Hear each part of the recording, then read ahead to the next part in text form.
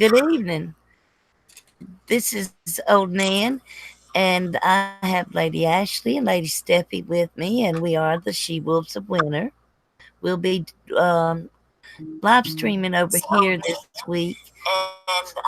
Hold on, I have a technical difficulty here somewhere. I have to mute something. Here we go. And Steffi, I'll let you and Ashley introduce yourselves.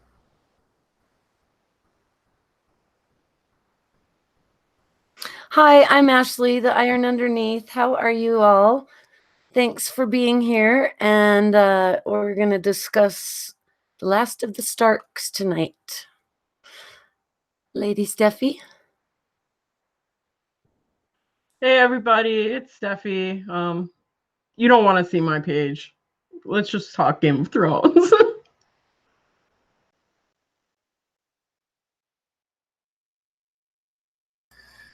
Well, okay. I think we're going to start it. We're on episode 4, and to me, it was a good setup episode, setting up for the next 2 episodes, which we always know usually get the big battle in the second to the last episode, and then the finish up on the last one. So I'm curious what they're going to do because you never know from on this show.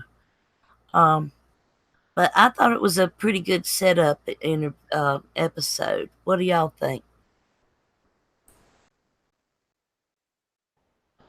I found it like a decent episode. I didn't like completely enjoy it. I'd probably give it like compared to last episode, this was just it wasn't enough for me. I'd probably give it like maybe like a 7 out of 10. Let's say 6.5 out of 10, just because like I do have a lot of problems with this episode compared to the previous episode. So Yeah, I have a few issues with this episode too. I hate to always be just like saying I hate these episodes, but I mean, last week was so good, and I do think. Oh, whoops! I'm sorry, guys. You were staring at the wall. Sorry about that. Anyway, I just thought that I didn't think I was gonna like it before I saw it, and now I'm just got mad. I just went, oh, please, not again. This whole thing with just trying to rush, it seems like so fast, and trying to get everything settled that they forgot to settle before, or I don't. I'll go into it. There's a lot of things. There's a lot of problems I had with this one, but there's some things I did like about it too. Just leave it there for now.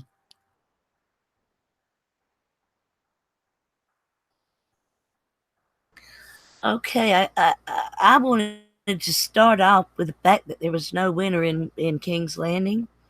I feel kind of like Cersei should have at least got her toes wet once or twice, been a little bit cold.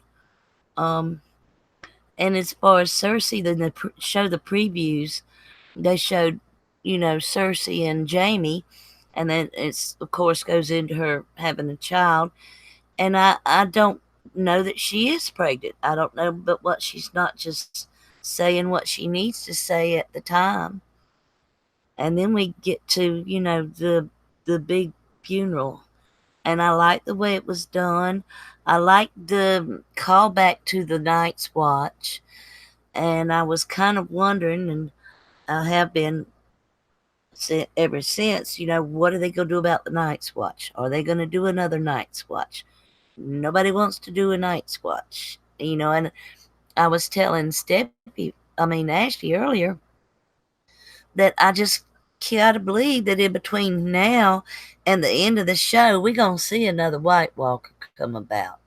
So that's my thinking so far.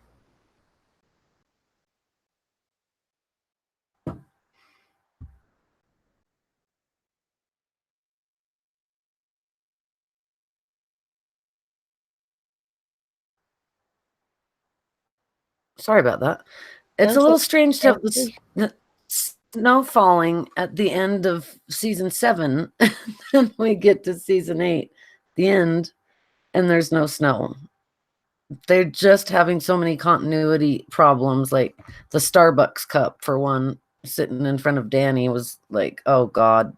See, this is a perfect example of how on top of it you guys are. You leave a Starbucks cup on a medieval table full of mead and wine in front of Dany. Did you see that? They left a Starbucks cup on the table. So it just makes me think like, wow, you guys just aren't paying much attention here, are you? And you know, I loved the speech from John. I don't know why his voice sounded so strange to me, but it did. I don't know if his accent was off or what the deal was with that, but I did love the way he made everybody Night's Watch. You know, they were the shields who guard the realms of men, and we will never see their like again. I liked that. And I liked everybody kind of lighting their own pyre of the people that they were the closest to, especially Theon Sansa putting the Stark pin on Theon. I liked that a lot, that he was finally had become a Stark, you know. It's much more of a book thing, him wanting to be a Stark that much, but that made that come through, how much he should have always protected them. So, yeah. Those are my feelings. Steffi? Hey, okay. With the pyre scene, I definitely think like Emilia Clarke's acting this season has been fantastic. It's just amazing. Like when she's crying, when she's angry, like everything's just amazing. I think I said Oscars last week. I meant Golden Globes, like Emmy, like TV show wise. I did have a question on what did she say? And Dany has this habit in the books of always repeating prophecies, right? Like 3 heads of the dragon, right? To go north, you must go south. So I feel like this one would be 3 fires must you light, right? And her coming to the realization of those. Hold on, I'll just read it out. 3 fires must you light, 1 for life, and 1 for death, and 1 to love. 3 mounts must you ride, 1 to bed, and 1 to dread, and 1 to love. 3 treasons will you know, 1's for blood, and 1's for gold, and 1's for love. So like I feel like Dany at this moment it's finally becoming too real for her, because Joy did love her. She's finally piecing those parts together. I did also like Sophie Turner's acting in this scene. I put that down as well. I also thought that Theon Stark, people were posting like online, like, why isn't he in the crypt? And it's because the Theon Stark is already in the crypt. And it would be confusing to be honest, if you had 2 family members named the same, right? But they're not technically family members. So I don't know how they would, like, why would a Greyjoy magically be in the crypt? It doesn't make sense to me. But I'm just going to give a quick description because I find this really important. His nickname was the Hungry Wolf, from the constant state of war the North was in during his reign and his own gaunt appearance, which in the books Theon is supposed to be skinny and like ugly, like he's supposed to be weak. And basically from the moment he took Winterfell, the North has been at war constantly, right? With Roose Bolton, right? And then now the others, right? So it makes sense.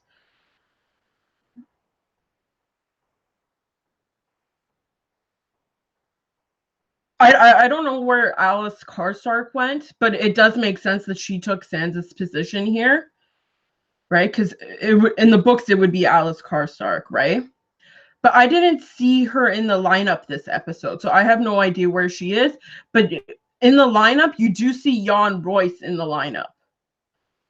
So where was he during the battle? That, like, did they just say, like, you're too old, like, you're not going to be in the battle? Like, I'm pretty sure the dude can swing a sword, right? So, like, if Alice Karstark can pull an arrow, like a bow and arrow, like, I'm pretty sure Jon Royce can do that.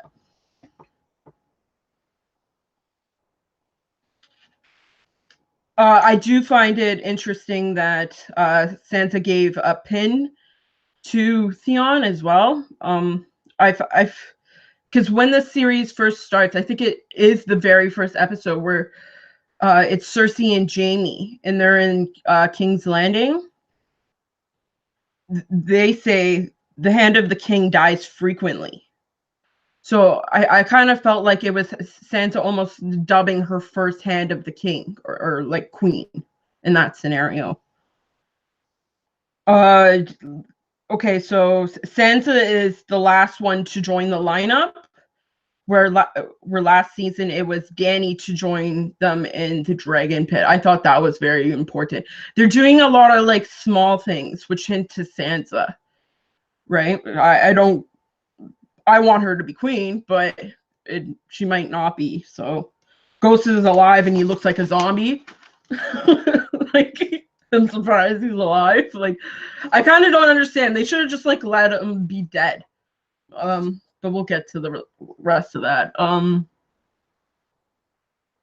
You have John's speech. It's our duty and our honor to keep them alive in our memory.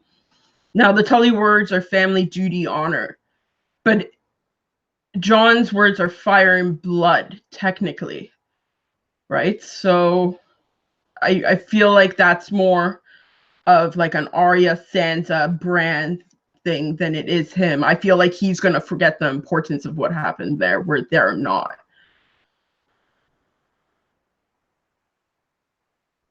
I do believe in another stream I did say that one of the walls was Winterfell. So again, going back to the Night's Watch and everything.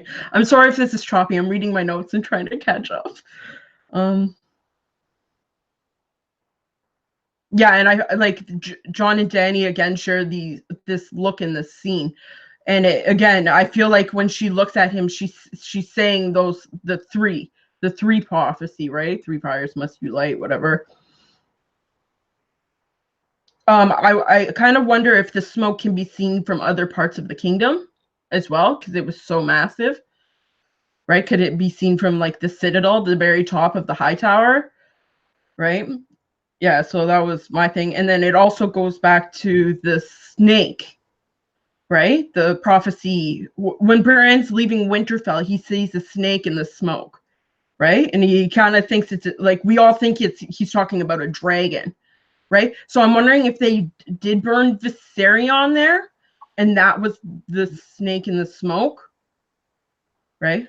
Yeah. That's about it. That's all I have for this scene. Really quickly, I just want to say I love your analysis, because I for some reason I didn't even think of Theon Stark, the Hungry Wolf, and that's a good tie-in, because I always wanted to see how that would tie up, if it would. But no, Theon shouldn't be in the crypts, this Theon.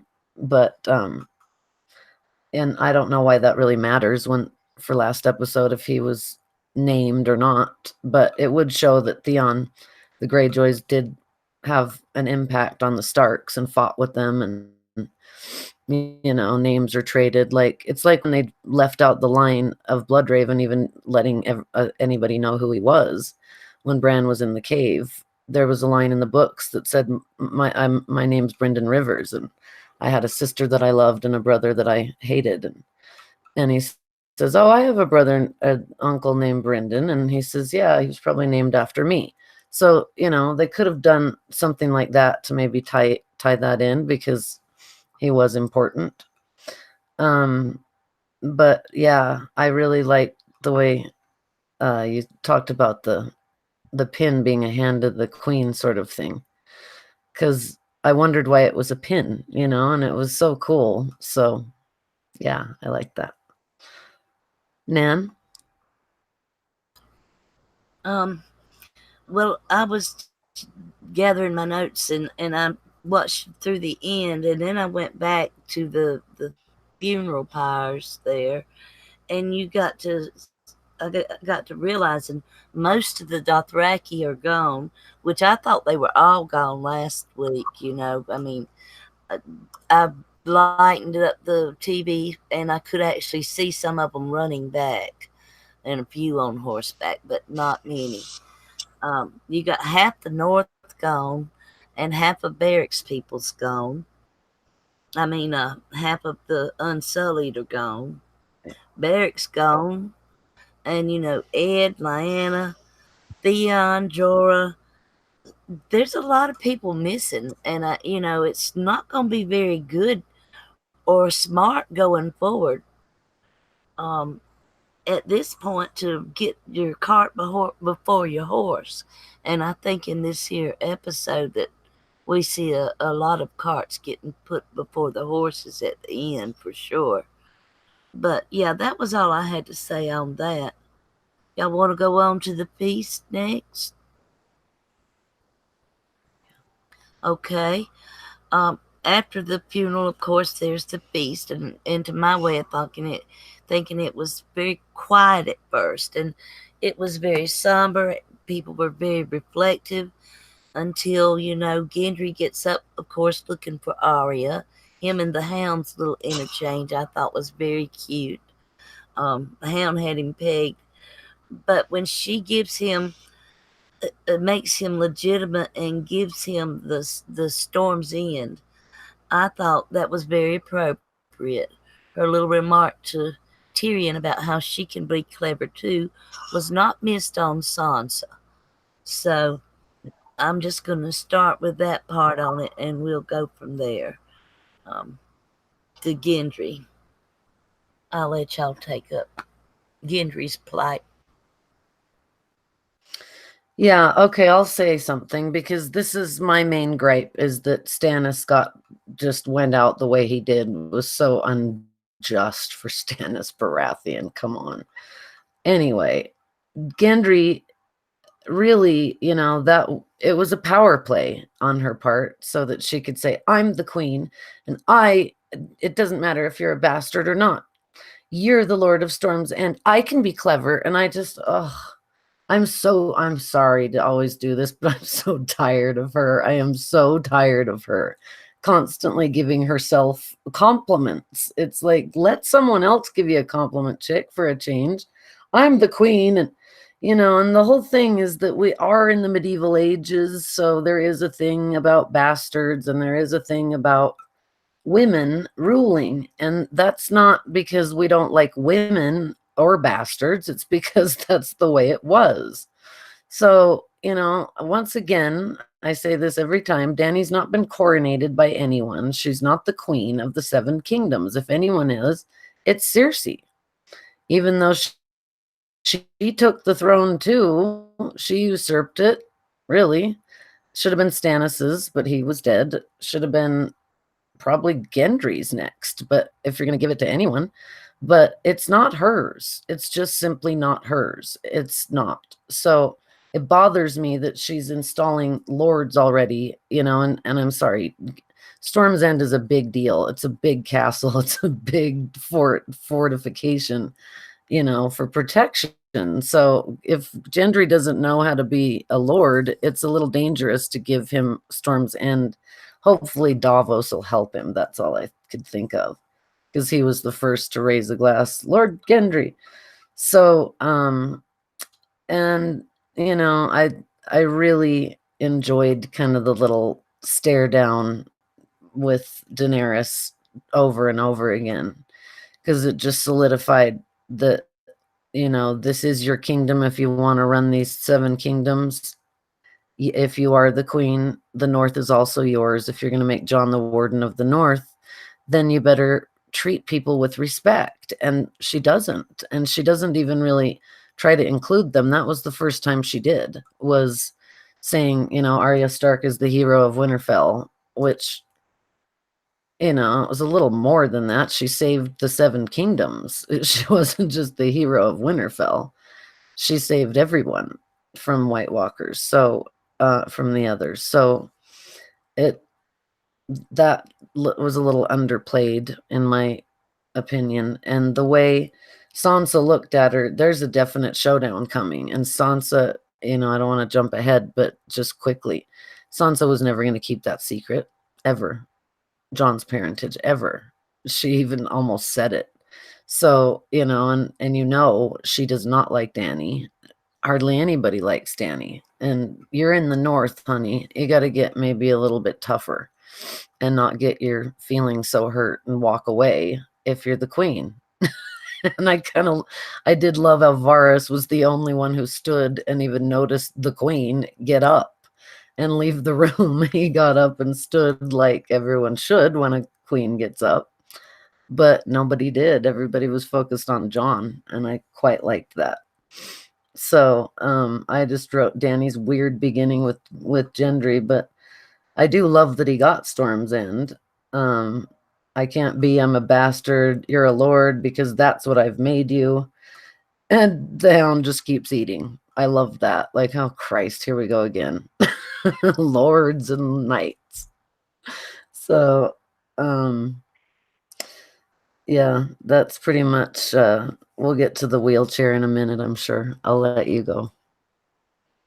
Okay, so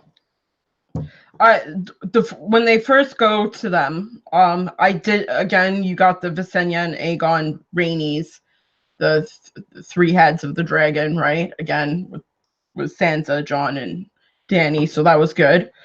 I do find how they were positioned was very good because Sansa was looking forward into the crowd.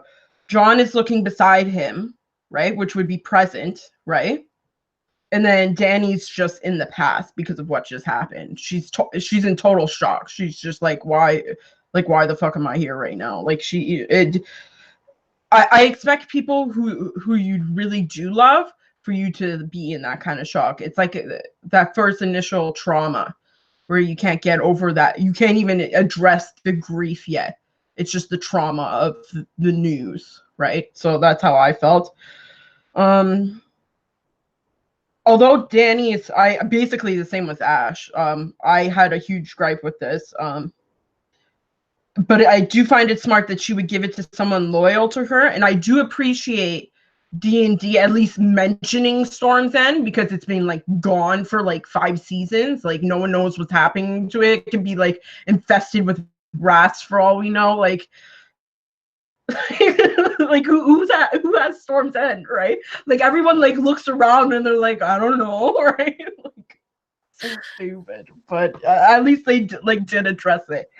Does anyone know? Yeah, like, does anyone know? No, we don't. Do you know? Go on. Sorry. It's okay because it was a stupid moment. Like everyone's like looking at like it's almost like what they were doing in the previous episode, saying that the North is racist. Like that's one of those scenes that it came off as humor, but I feel like it was supposed to be racist. Like we don't give a shit about other lands. What are you talking about? Like get out of here. Like again, from a book sense, Gendry would be heir technically because if he's the legitimate child of Robert and Cersei, Bran would see that too. And I like this is where like I do wish for like an animated version of Game of Thrones and A Song of Ice and Fire because you would get that detail in that animated show because it would just be cheaper to do everything like that. It only works as Dany ends up as queen, exactly, Ash. Yeah, I did find the thing that she said to Tyrion, you aren't the only one that's clever. But in that scene, Tyrion looks at Sansa. And what just happened with Sansa, right? And what did Arya say, right? To Bran or to Jon? She's the cleverest person I know. Right. And it goes back to that very beginning, that very first scene of Sansa looking forward, where she's fighting every single battle everywhere. And we'll get later into that. I feel like this was like a major Sansa episode for some reason. I don't know why, but there was so much things that I couldn't dissect. Right. Just like if probably later on I will, but that was about it. That's all I had. Well, I think that like when I said it was a setup episode, I think this here says a lot about it being set up for next episodes. Um, Danny, she's sitting over there by herself. I mean, you got Sansa over there cutting the, cutting up with the rest of them, having a good time. And I understand that she thinks she's got to be queen and stuck away from everybody, but she can join in into some of the laughing or whatever. I do think it was important that somebody mentioned Arya and did a toast to Arya, and I thought it very good of Arya and very in keeping with her persona that she's going by now, that she was not at the feast and that she was more or less hiding and keeping her incognito self herself incognito as much as possible. Yeah, I liked that about Arya. She wasn't in there bragging about anything. She was out getting ready for the next battle, and that's what she should have been doing. I was very poor pitiful Gendry. I knew that was coming because that's not Arya. You know, I knew that was coming. But I liked the feast scene. It was very much reminiscent to season one, and that when Robert was there, um, in a lot of ways. But John got to sit at the front of the front table. Um, Danny and Cersei. I mean, Danny and Sansa. Yeah, there's gonna be some kind of play there, and Sansa did listen to what was going on with her, but they don't trust her, and I don't think they. I think they have good reason not to trust her because Sansa's been through a lot, and I know we'll get into the Danny and John talk in a little bit, but yeah, I would be very skeptical if I was Sansa too. But she did come over and help defeat them. They could not have won without her, like Arya said. They could not have made it as long as they did without Danny. But I think she's got a lot of growing up still to do. I'll I'm leave go- it at that. I'm gonna jump in on there because you bring up really good points to Sansa. I feel like this is like another Marjorie situation, right? With Willis Tyrell. Like again, the books, right? Like if you had the books, like this scene would make her scene with Danny would make perfect sense because Marjorie Tyrell promised her the world. She promised her a garden. She promised her being a lady of like a high house, right? And like all this stuff, and it completely backfired, right? Marjorie exploded literally. So did her plan. So I feel like there is a good instinct in Sansa not to trust anyone anymore. Like whatever she wants, she has to get it herself. It's kind of like what Peter Baelish said to her, like there is no justice in this world unless you make it. Right. And I feel like that's instilled in Sansa. Right. But like even prior, I feel like what Peter Baelish said to her didn't need to be said because she already knows it. Right. Like her parents basically promised her to be the queen of Westeros, and it never happened because people are crazy.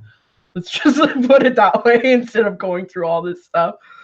But yeah, like I feel like she's been lied to and been knocked down the ladder so many times that she's like screw it, I'm gonna do the ladder by myself, right? But I'm not gonna leave chaos in its wake, right? Like Peter Baelish did. I'm gonna do it my way. That's how I feel. But like, yeah, I get that.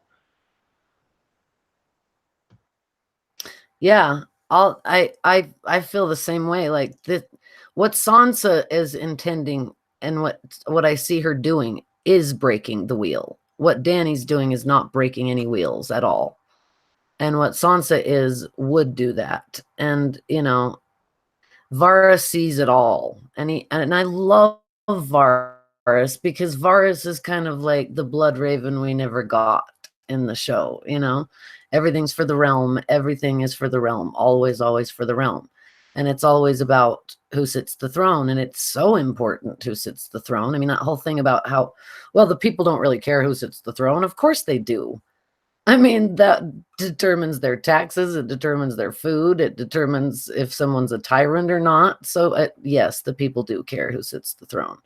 So, it was kind of great because it did call back to the first episode. And that's kind of why I liked the Gendry part, was that John was way in the back of the room because he was the bastard and Catelyn didn't want him at the table, but more than likely it was so Ned could keep him away from Robert seeing him, and being too close to him and going, God, he looks like Lyanna or he looks like Rhaegar.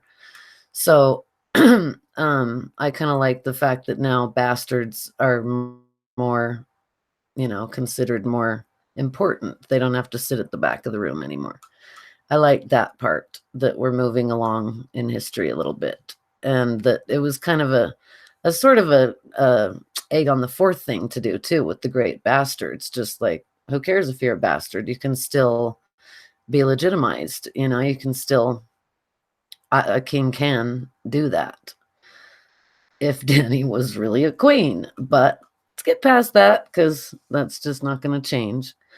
And I guess then we go to the whole thing with Bran and the I don't want to be the Lord of Winterfell with Tyrion, that little conversation that they had. I like the wheelchair. And that was interesting because he made a comment, Bran did, about how he doesn't want to be the Lord of Winterfell. And then he made a comment about the wheelchair being, he'd seen 120 years ago, Daeron Targaryen made one of those for his crippled son, which I don't know who that is because I looked it up and I don't because I didn't remember any of that being Nephew. their nephew. Yeah, sorry. I didn't remember any of that from the history, so I looked it up, and what I think they're trying to do is tie in the fact that Daeron Targaryen's or Jaehaerys and Alysanne had a daughter named Daenerys who brought Dorne into the realm by marrying. So, I don't know if that's a setup for something or not. But probably not. It's probably just here's some history that doesn't really exist for you. I don't know. But I don't know a wheelchair-bound, crippled nephew of Darren's. If I'm wrong, please correct me. But that was Daemon Waters, who became Daemon Blackfyre and started the Blackfyre line. So that's what's interesting about that he brought him up. And, because that's who Daenerys loved, is Daemon Waters, not Daeron Targaryen. That's who the first Daenerys loved. And so that kind of brings the Blackfyre's Golden Company concept, and Varys maybe not wanting to back her, but back Aegon Targaryen, who is young Griff in the books, but now sort of mixed with Jon in the show. And I do like that. I do like that they brought out some sort of little conflict in the Targaryen line, where there isn't just, perfect kings and queens with perfect heirs and it all went in perfect succession, because it didn't. And Bloodraven had a lot to do with that. On the Greenseer throne, I think he affected succession quite a bit. So, that was kind of interesting. But I did like that bringing back of the medieval ages with Tyrion saying, oh, that's better than the saddle, because how many people had seen a wheelchair then? Not many. I don't think they'd made them. I don't know. I didn't really look that up. But now all of a sudden, Jon's death seems to be known by all. Since when did this happen? The last time we saw this, he was telling Davos to shut up, don't let anybody know I got stabbed and died and came back. But now it's Tormund going, hey, he died, and and he got back up, and it's like, well, yeah, but how does anyone know this? And why isn't Jon going, shut up? But I did love how Tormund said, what kind of a madman climbs on a dragon and fights, a madman or a king?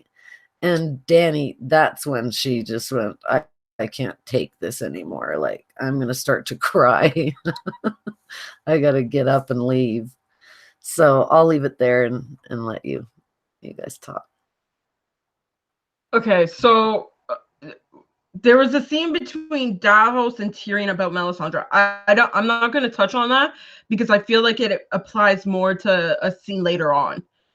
So I'm not going to touch that because it is important, I feel. Tyrion and Brienne, I hated this fucking scene.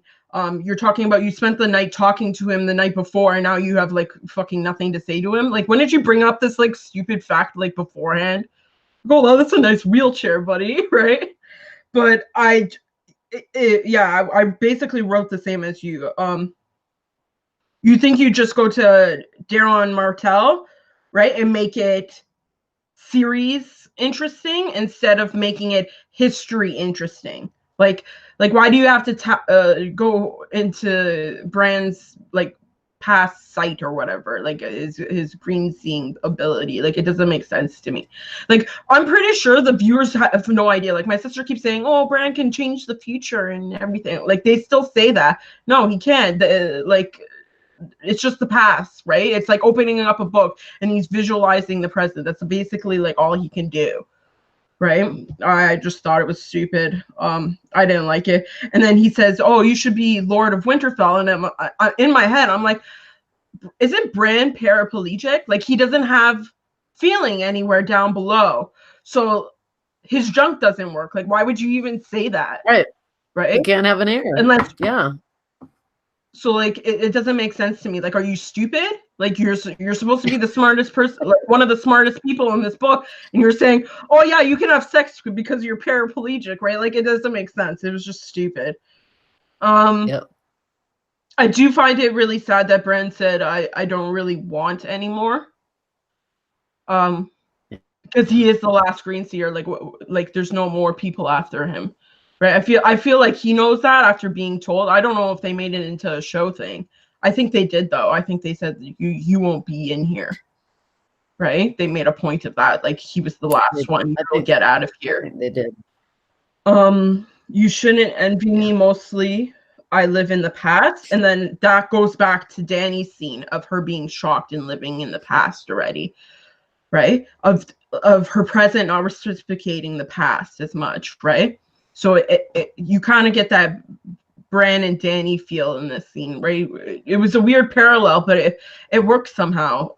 So I enjoyed that.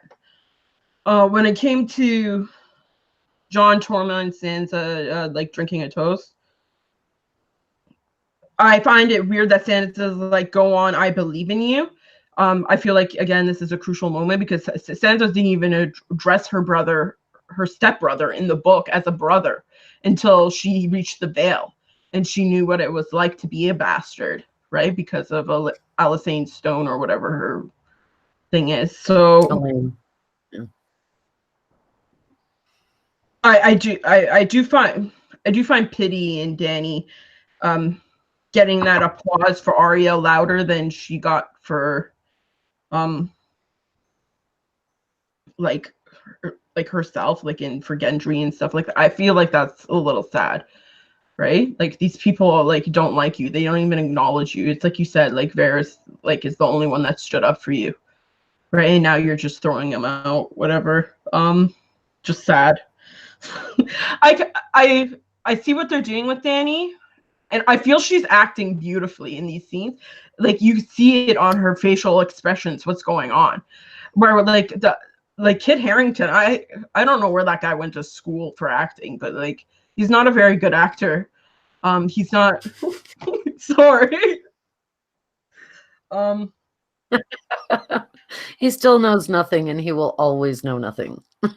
Yeah, basically, he's just like looking stupid. He's just like a puppy, right? Like, yeah, again, like with the present, right? Like, he's looking at Dany, right?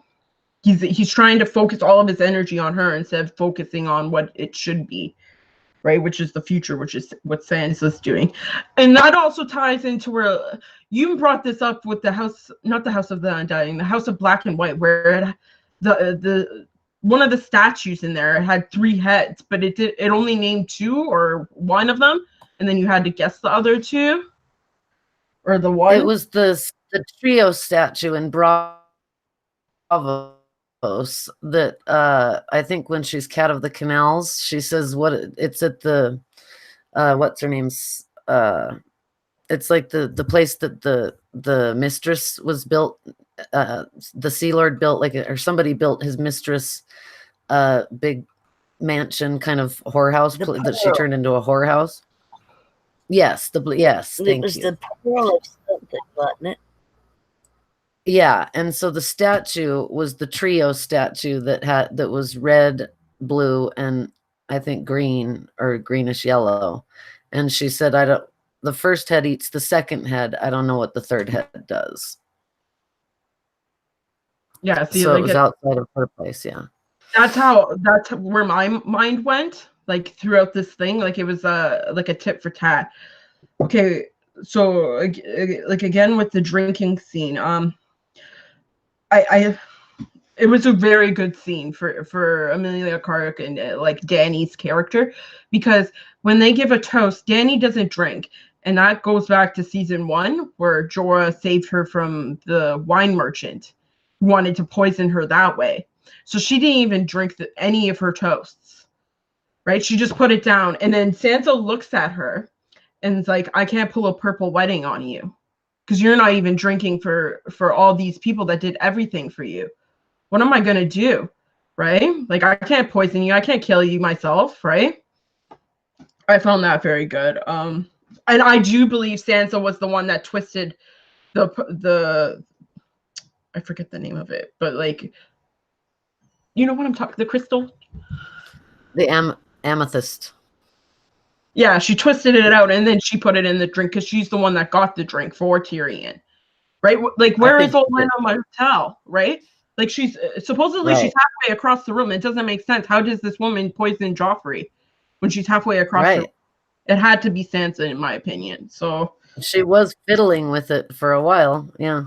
She kept saying, "This is magic," right? And then she kept twisting it. This will give me what I want. This, and then later on, she like has those like the side effects of them. Like, it's almost like a choking, right? And she can't breathe properly. Mm-hmm. Yeah. So I think James and LaDonna did like a very good video on that. But like, I believed it. Like, I thought Sansa killed Joffrey, but yeah, me too. Okay, so Olan, do you want to jump in on these scenes?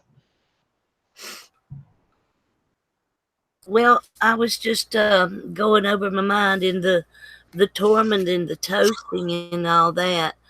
I found it very funny. And like you said, I agree with what y'all said about, when did him dying, become open knowledge. And he's a little and strong, but strong enough to befriend his enemy. And see, that's something that, maybe others should take some advice from. Strong enough to befriend an enemy there. And I found that very interesting. And I did notice the way that Dany was looking at, and Sansa's taking all this in. And I really liked like I said, Gendry looking for Arya and all of that. But I enjoyed the Hound and Tormund when his heart got broke. I don't think we're that far ahead yet, but we'll get into that next.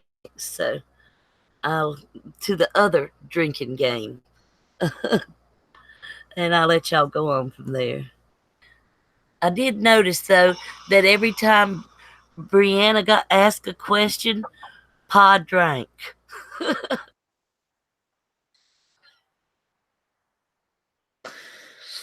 Yep, that was kind of cool. I like that because Pod was kind of just trying, like, oh, please don't ask her something because he knows Brienne so well by now that he knows what'll. I mean, it just was kind of like, whoa, Tyrion, where are you going here? You're a virgin in front of everyone? That was kind of intense. Like, poor Brienne. She's had enough to deal with in her life about being too tall or not pretty enough for Brienne the Beautiful, that nickname, all of it. And Renly, it's just so sad. It was like, oh God, and you got to bring it up now in front of everyone, especially Jaime, which I think Jaime knew probably already, but didn't they talk about that, or did they? They, I will say one thing about Tyrion and these drinking games. Have you noticed? It's all fun and games for so long, no matter who he's playing with. But eventually, he will ask an inappropriate question that will change the mood of the whole game for some reason. And this is not the first time he's done it. He's done it before. But yeah, I thought that was really good right up to the moment that Tormund got his heart broken. And Tyrion made sure that Jaime did not get, blocked. You know, he made sure that Tormund did not interfere with Jaime. Okay, I'll let y'all go on. Yeah, I like that a lot, how Jaime just stood right up, like, you're not taking my woman, no way. That was cool. And that's what made it so disappointing later on. But, I guess that's the whole we came into this world together and we're going out together between Jaime and Cersei. But really, it was just so sad to see Brienne so happy for, I don't think we've ever seen Brienne this happy in the whole story. I mean, she loved Renly so much, and it was the same kind of thing. Like, she loved this unattainable man, and until he gets brought a little bit lower, and then she gets him. But with Jaime, it was more like he'd been brought low, but then he'd been brought back up because of the battle and the fact that he survived, and he did really well. And he's still a great fighter, he's still Jaime. So it was sad to see. It was a really sweet scene. I mean, I really liked that scene. I don't usually go off about the love scenes, but this one was sweet because it's been so long that we've known Brienne loved him and that he might have loved her too. But the fact that he just comes in, it's hot in here, and starts taking his clothes off was like, wow, this is kind of cool. I like this. I mean, he's never slept with anyone but Cersei. So that just kind of I liked that, but I'm getting ahead of myself. Watching Tormund was just killing me because it was like finally a Viking, a real Viking character. We get a real wildling, like just drinking out of the horn. Just John's like vomiting isn't celebrating. Oh, yes, it is. I love that. And I love Tormund. I love Tormund.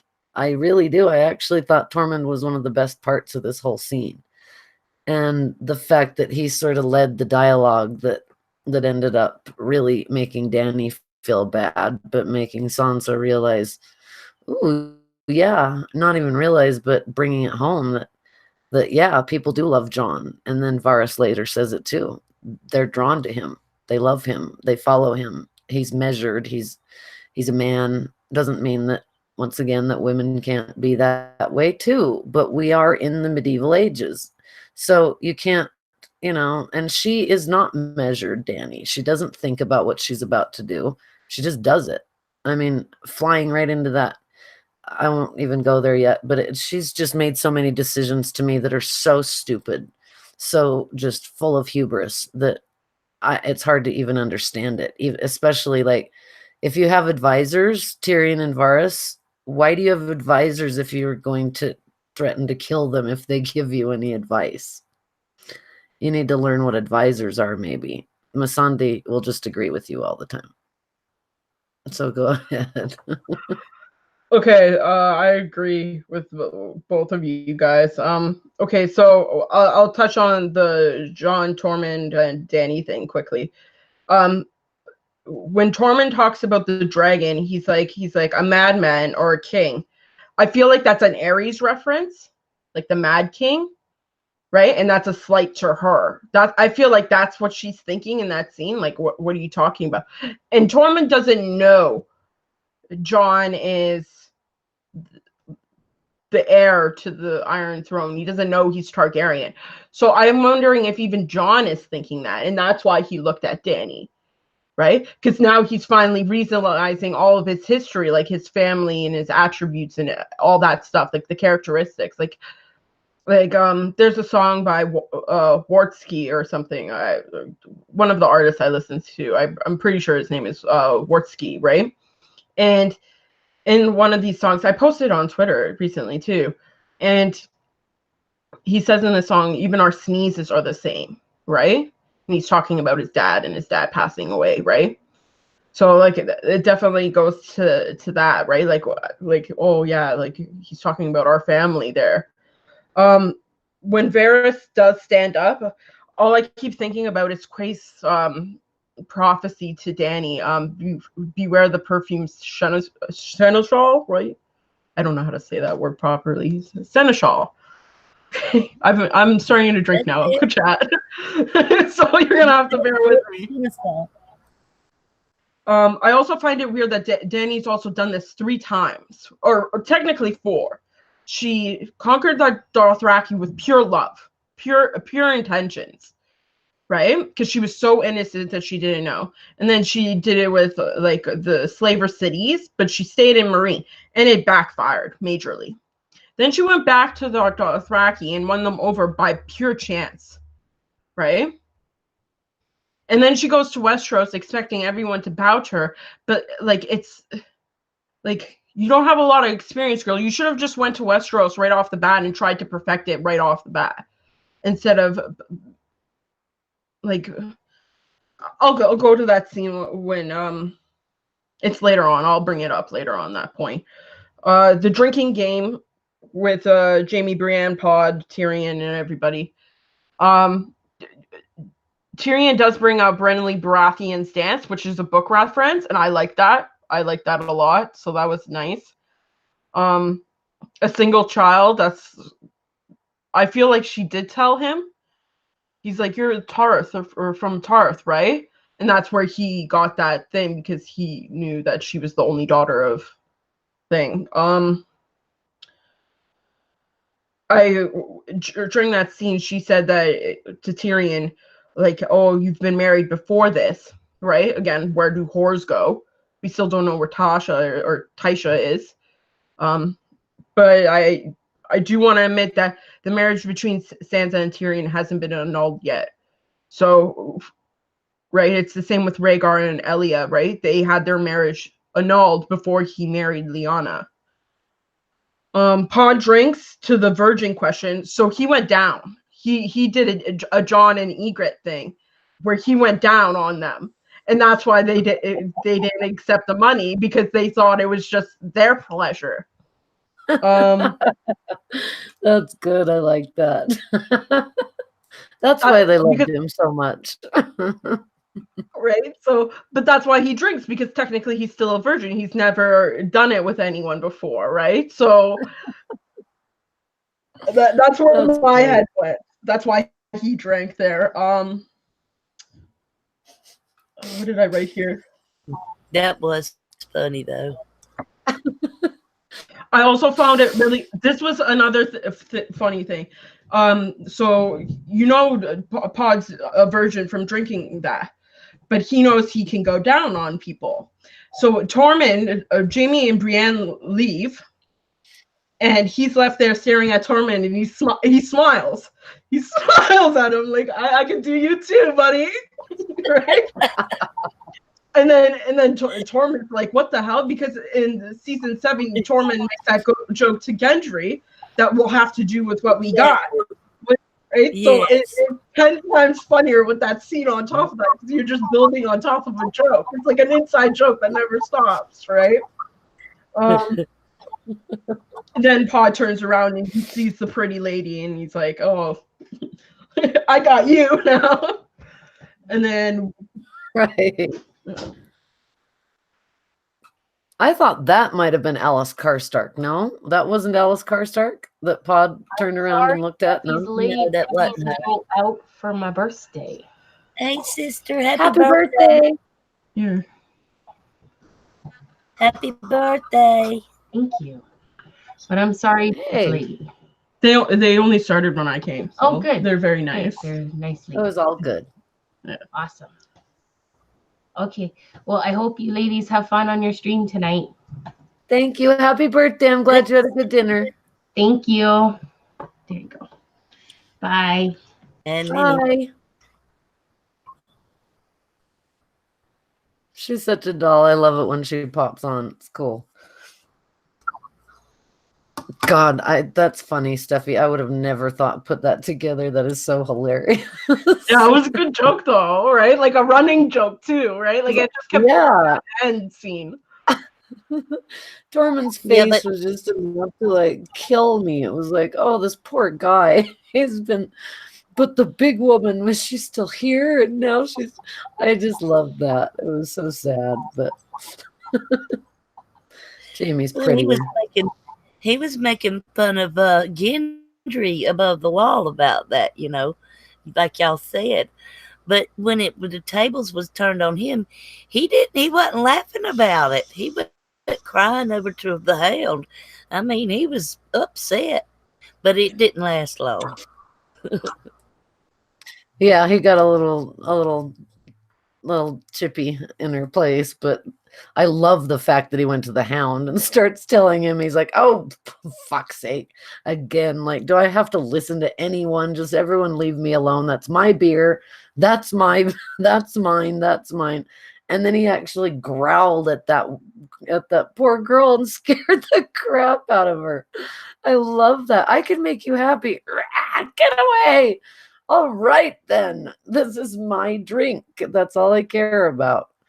Because, I love that at least the Hound stays true to the Hound, He never changes, and I love that. And really, Tormund doesn't change much either. I guess Jon should be changing, but he's not, which is the kind of bummer of it all. But, and the whole thing about, like, oh, nothing. Then it was, I don't know if we're here. I guess we are here, where Sansa walks over to the Hound and says, none of this would have happened if you would have left King's Landing with me. And she says, none of it would have happened if I'd stayed a little bird all my life. And none of it would have happened, I would have stayed a little bird all my life. And that just broke my heart. Like, because the Hound's face when he says that, he really did want her to leave with him, and he wanted to protect her, and that's kind of why we all wanted to see them together. And I love that she got to give the Hounds line. I killed him with hounds. I killed Ramsay with hounds. And I just thought that was perfect. I kind of wish it would have lasted a little longer, because that was a great little conversation that I thought needed to be there.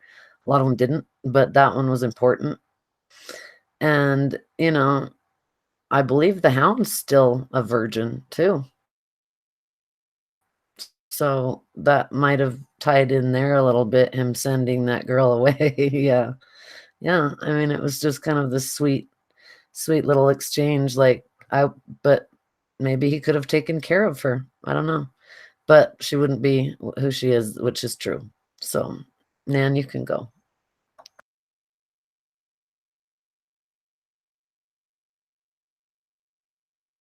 Well, I thought I was just very happy that they finally got to talk in the first place. I would have thought they would have said something before now to each other.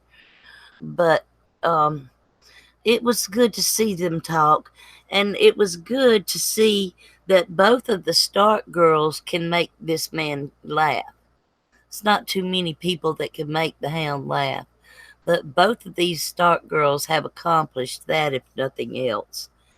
And I think that him and Arya together is a good team, and I like that they did that.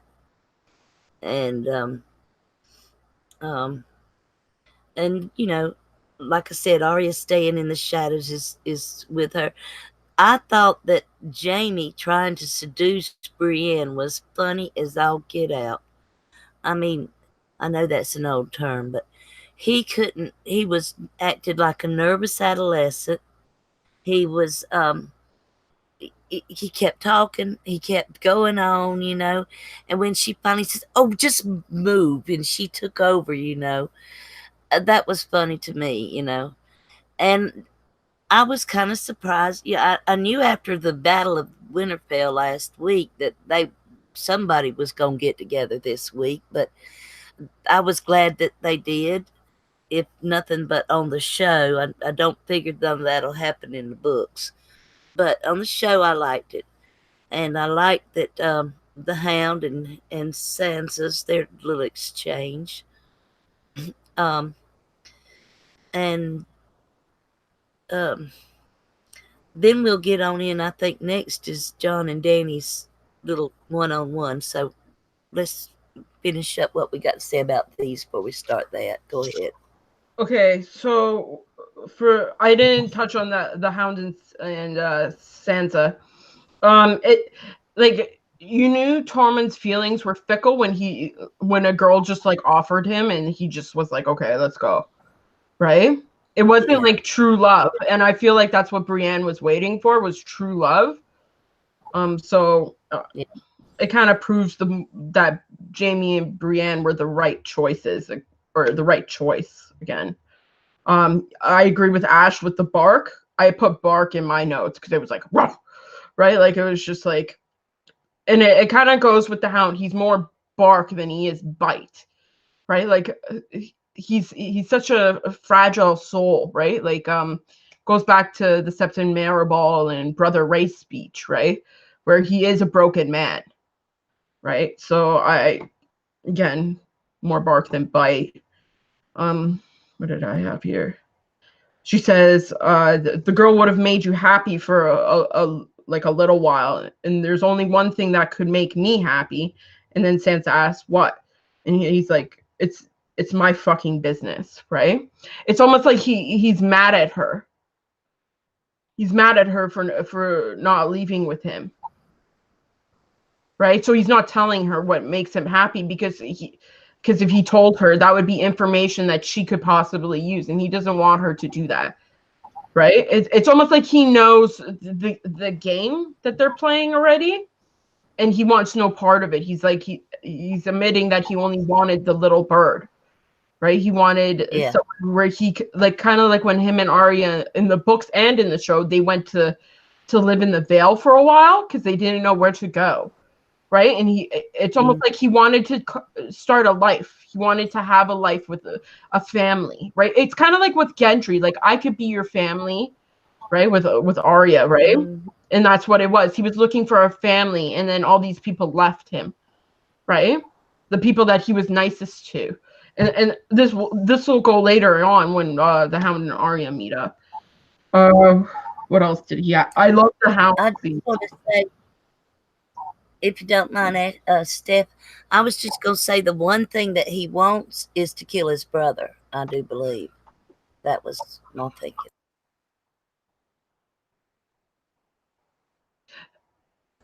And I don't know. The one thing, because when he keeps harping on about it, and that's the only thing that it seems to be able to make him happy. No, because when he's dying in the field, the first thing he mentions is Sansa.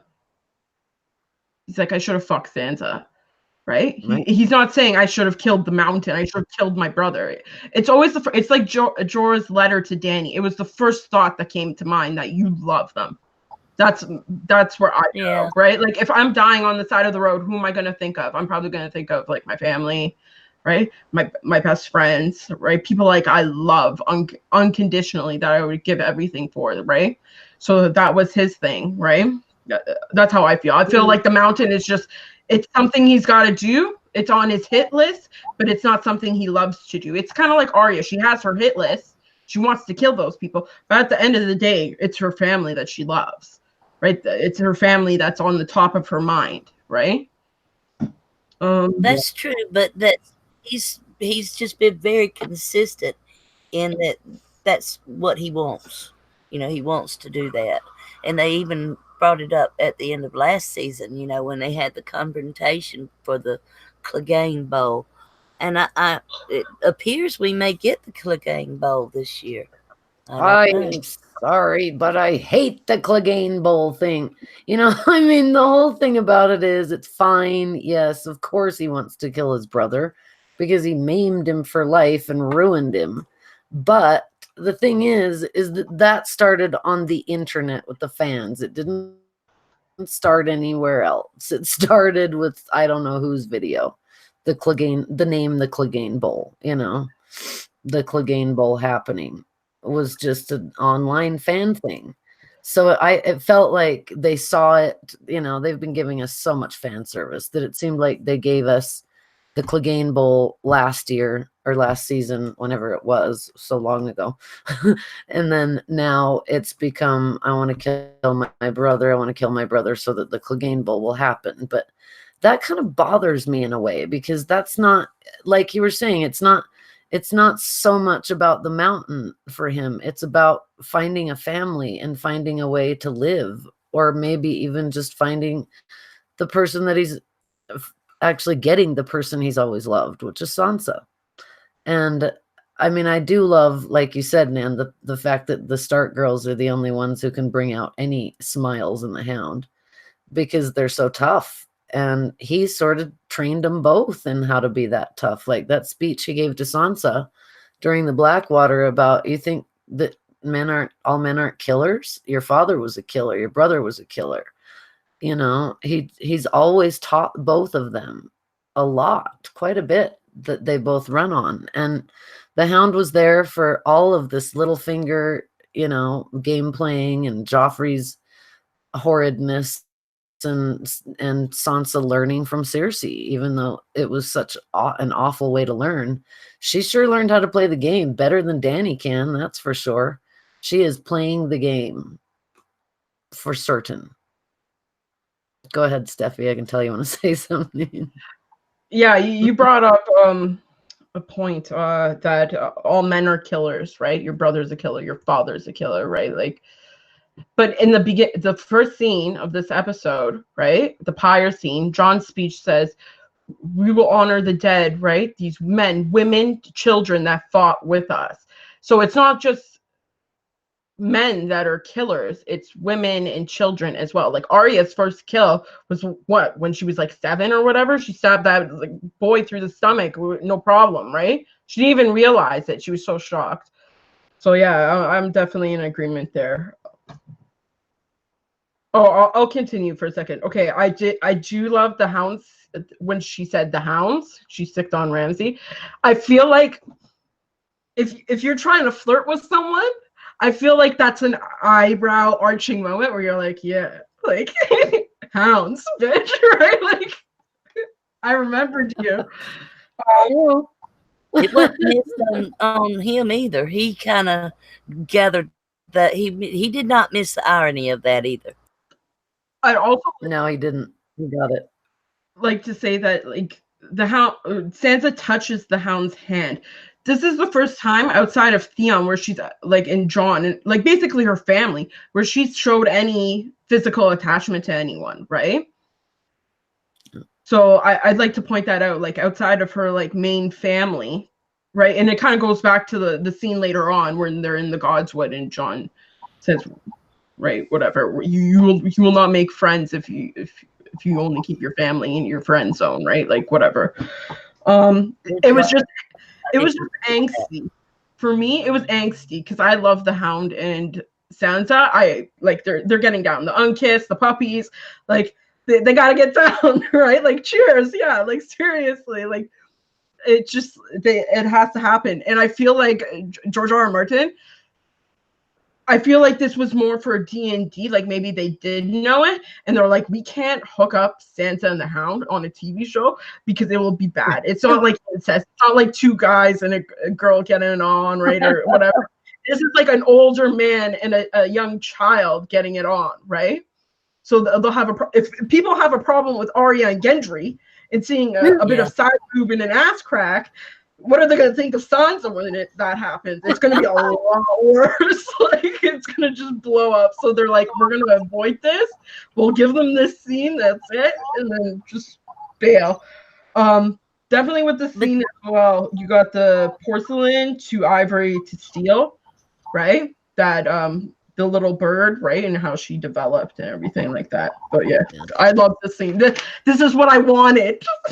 This is what I wanted a few episodes ago. Like, why didn't you give it to me then? Like, right. I feel the same way. This is what I've been waiting for. And the funniest part actually is that I wonder if D&D did do it like that, because it would be so supposedly odd, as if it incest and all this isn't odd. But the thing is that in the books, the Hound is not that much older than Sansa. You know, he really isn't. I mean, he's maybe 4 or 5 years older than she is. He's a lot older when she's young, you know, when they first meet, when Robert comes to Winterfell in the beginning. But he's really... Hold on, I think I did the math, and he's like almost 15 years older than her. Oh, is he really? I thought he was like an old guy. Okay, because I thought he was a lot closer to her in age, but I guess maybe the casting was good there.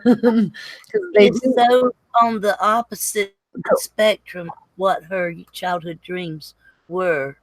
You know, I mean, it's somebody she would love, and for just who they are, and not what they have, not because they're king or not how good looking they are.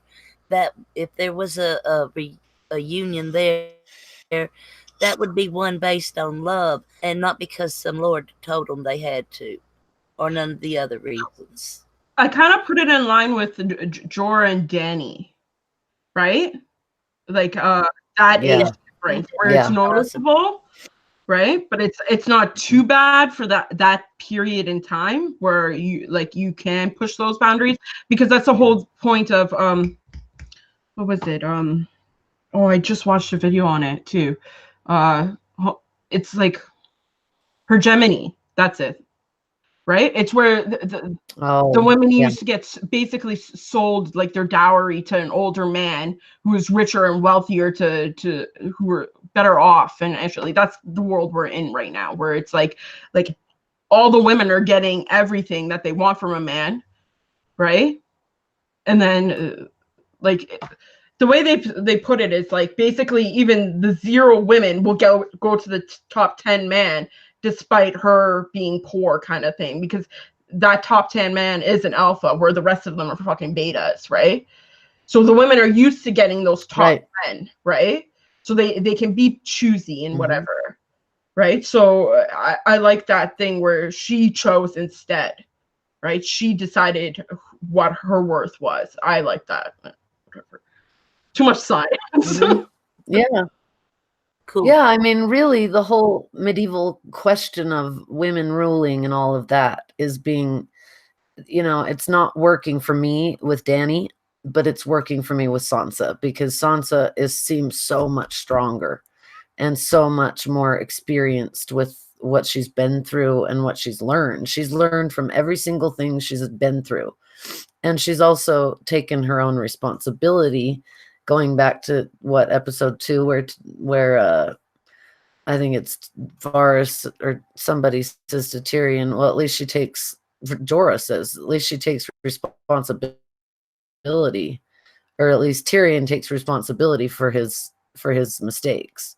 When he's talking to Dany, like, hello, you got to take some responsibility for yours. You can't just blame it on everyone else, which she's been doing over and over. Well, Tyrion was stupid. Well, he was stupid. Well, you know, and she's blaming it on everybody else. And so I felt like that was a little bit of a, like, in your face, kind of like, you can't even get my brother, my John, to really commit all the way, or the entire North. But I can get whatever I want, pretty much, because I have shown my worth. And in the North, you know, might makes right, just like it does with the wildlings. They're not going to follow a woman who's just some little girl like Dany. You know, if she didn't have dragons, she would not be scary. She would not be anything. So, and that's the thing, is Torrhen Stark, the king who knelt, kneeling because the North would have been burned. So I don't see any other fear having to do with Dany, but I do see fear in Sansa, which I love. Okay, I'm just gonna make a correction quickly on the word I use. I said I think I said it's hergamy. It's hypergamy. Sorry, I got a lot of yes. junk in my head, so just want to correct myself. Now I know what you mean. I was like, what? No, it's a weird word, I know. And I've had a couple sips of a drink too, so I'm forgetting words myself. Cheers, darling, with the Tyrell Rose. So I guess now we're on. Yeah, Gendry pretty much got told that he's had a one night stand with his true love of all time, and that was it. And I don't know. You want me to come help you run Storm's End and teach you how to be a lord? That's not me. And I love that we heard that that's not me again, And I wondered if, I know we're probably done with the direwolves since, as a pet lover and as an animal lover, I think anyone is just going, Ghost, you're not even going to pet him goodbye. Come on, dude. Yeah, you got a dragon, but Ghost is Ghost, and their direwolves are their direwolves. That's your sigil. Yeah, you've always said you're not a Stark, but your mother was a Stark, so you are a Stark. I don't understand this. I'm not a Stark anymore. Because when he didn't know who his mother was, he was on about how I'm not a Stark. He shouldn't be saying that anymore. He's half Stark, and that's a big deal. They've never had anyone who's half Stark, half Targaryen. That's ice and fire. That's the whole point. So I don't know. I just feel like this whole thing with people changing and becoming different than who they were in the beginning and growing, Jamie and John kind of keep getting stuck and going backwards. But I don't know why. I don't know if this is what's going to happen with John and what I like about it. So, Gendry, I feel sorry for Gendry, like God, he kind of put Arya off for so long, and then now it's just like, well, now I love you. You're so beautiful, please. And she's like, no, not me. That was kind of sad. And then, it made me think of Robert saying we can marry our children to Ned, and that would really be Robert's true son if he is the son of Cersei, which I totally believe that he is, that he's Robert and Cersei's son, so he's really not a bastard. That would be what Robert would have wanted, is for Arya to marry Gendry, for Sansa to marry, one of his kids. But they weren't his kids, so one of them, but the point really is it just made me think of Lyanna and Robert being betrothed, and then Lyanna saying, no, I don't want you. Another Baratheon being spurned by a Stark woman.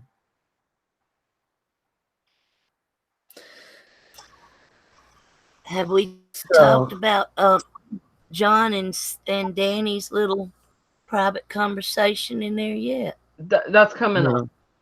Yeah. Okay. I think that's the next thing. Yeah.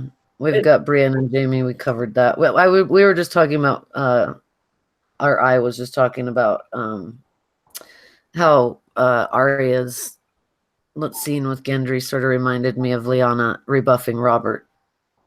Because if Gendry is really Cersei and Robert's son, he's not a bastard. So that's just like Lyanna and Robert being betrothed and a Baratheon being spurned by another Stark woman. Well, that's true. That's true. And she's supposed to be the most like Lyanna, so we can move on from there, I guess. Yeah, I got the same thing as you did, Ash, in that same. It's also brought up later with Tyrion and Varys, right? So it makes it really obvious the point of this scene, right? Like how crucial it is and everything.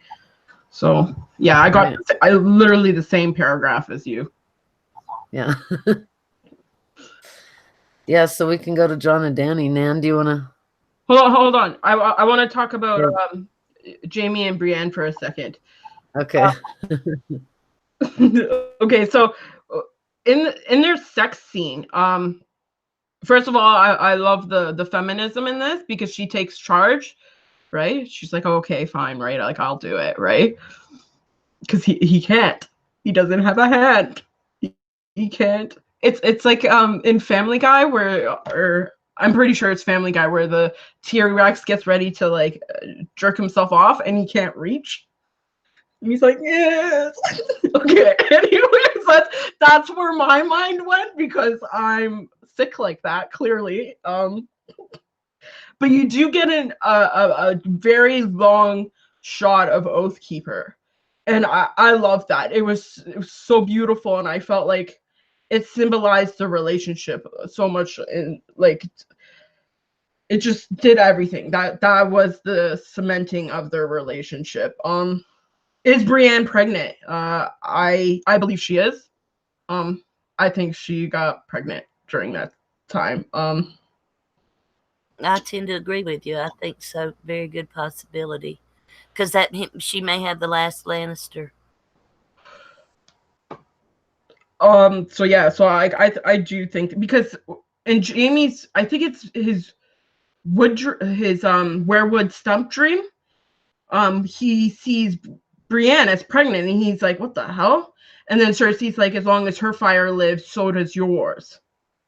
So both of their swords are blue too, in that dream. So like I found like Jaime and Brienne's scenes for the past season have been perfect to me. Like everything seems to fit perfectly. Like that whole arc. First thing. Yeah. Funny scene. First thing I learned in the North: keep the fire going and put more wood on. I found that funny. I don't think it was supposed to be. Again, it goes to Tormund and saying how he's going to keep warm, and he's like, "We're going to have to do with what we got, right?" So I found it probably wasn't supposed to be funny, but it came off as funny to me. Oh, I love it. Well, I don't know. It's no snow.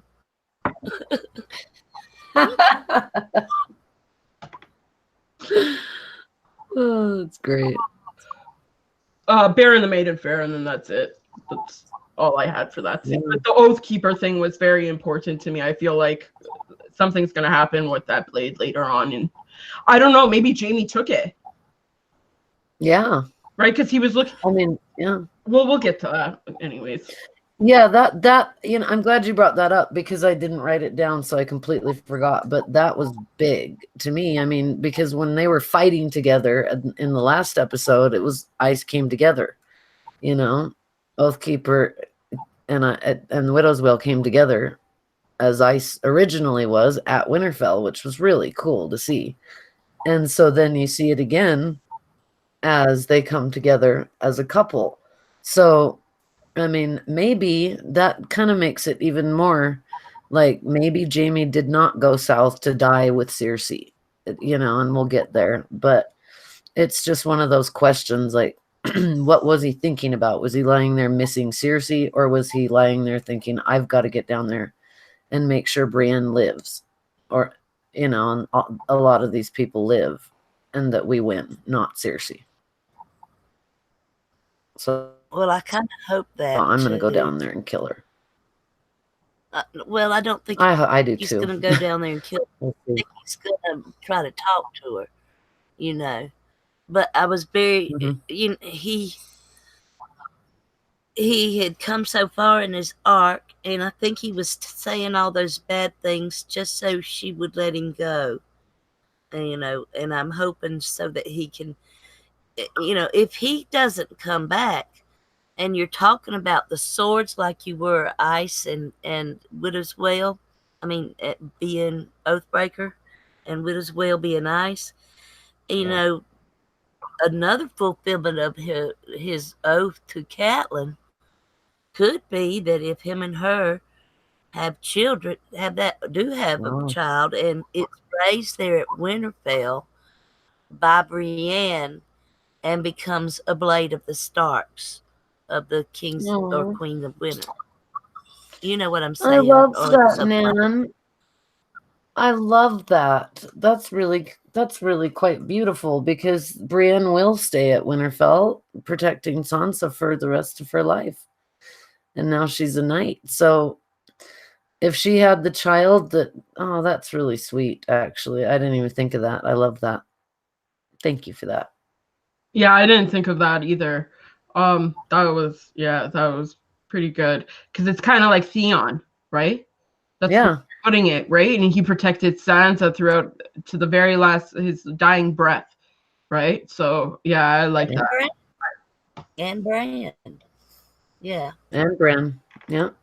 Especially Bran, because it was like, whoa. Sorry, Well, it was took the castle from too. Yep. Exactly. At his Yeah. first transgression. Mm-hmm. Yeah. And I mean, Jamie's got a lot to make up for too still, though. And I don't know that leaving makes it any better for him. Okay, when it goes to that like, I guess we're already like diving in there, so let's just dive. Okay, I found that very weird because he's like I would have done this for Cersei, I would have done that for Cersei, I would have done this. He didn't do as much for Cersei as he did for Brienne. He put his life on the line for Brienne, right? Yeah. Right? Like he could have died. He lost his hand, right? He gave her Oathkeeper, right? He did so much for her, right? He saved her life, right? Despite not being handless with the bear, right? That is his life, is his sword hand, and he lost it for her. And it's a big deal.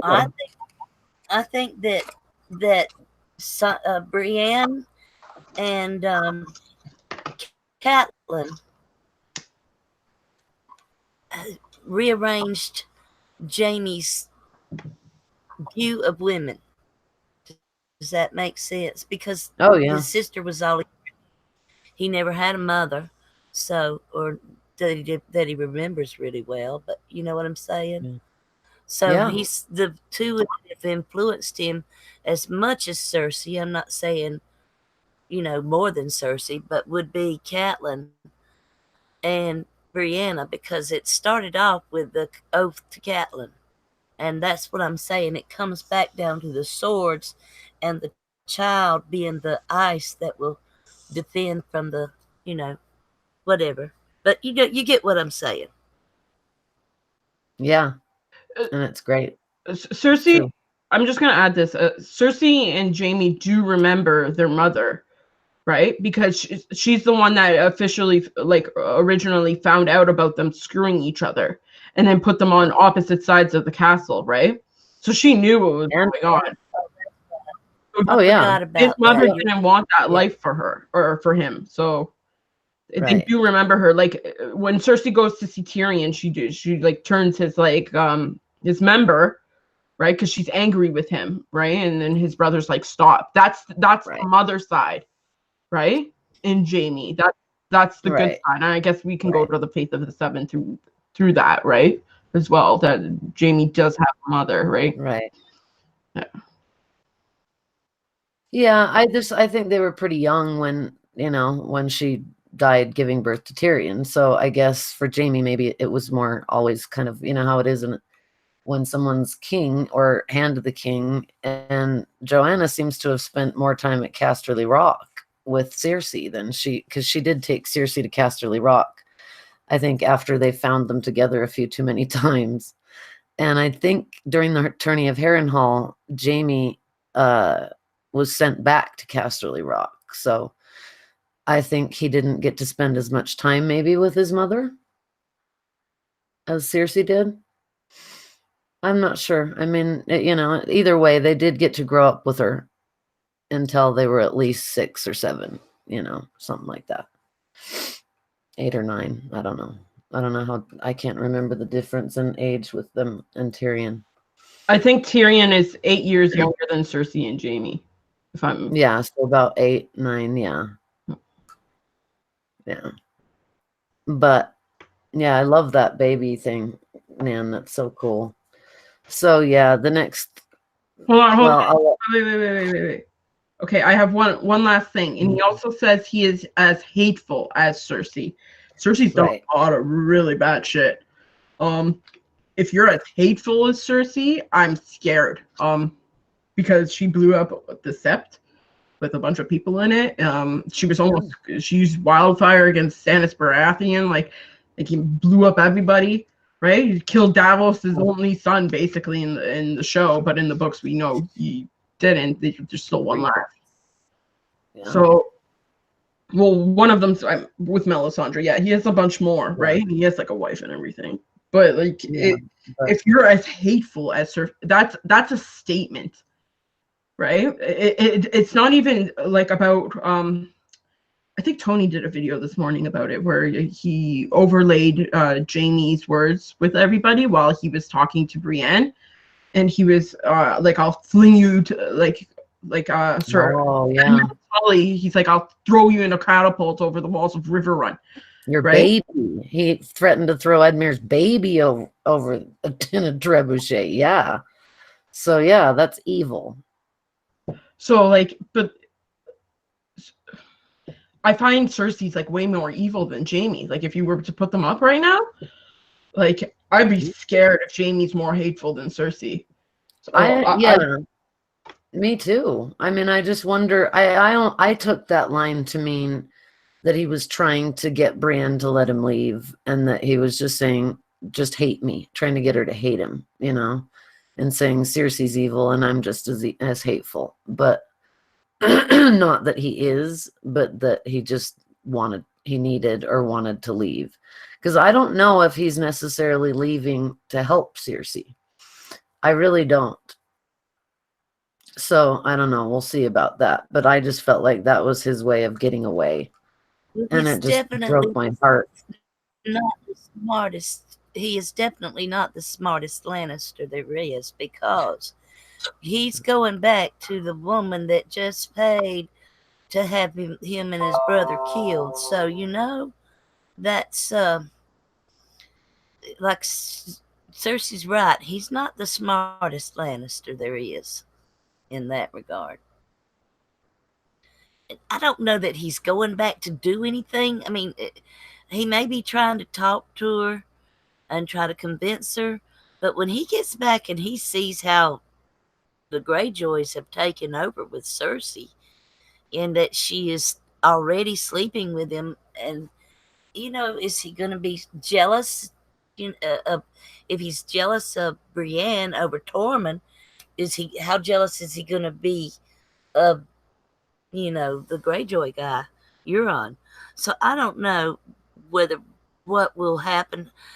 Him being the Valonqar, though, is looking more and more like it's a possibility.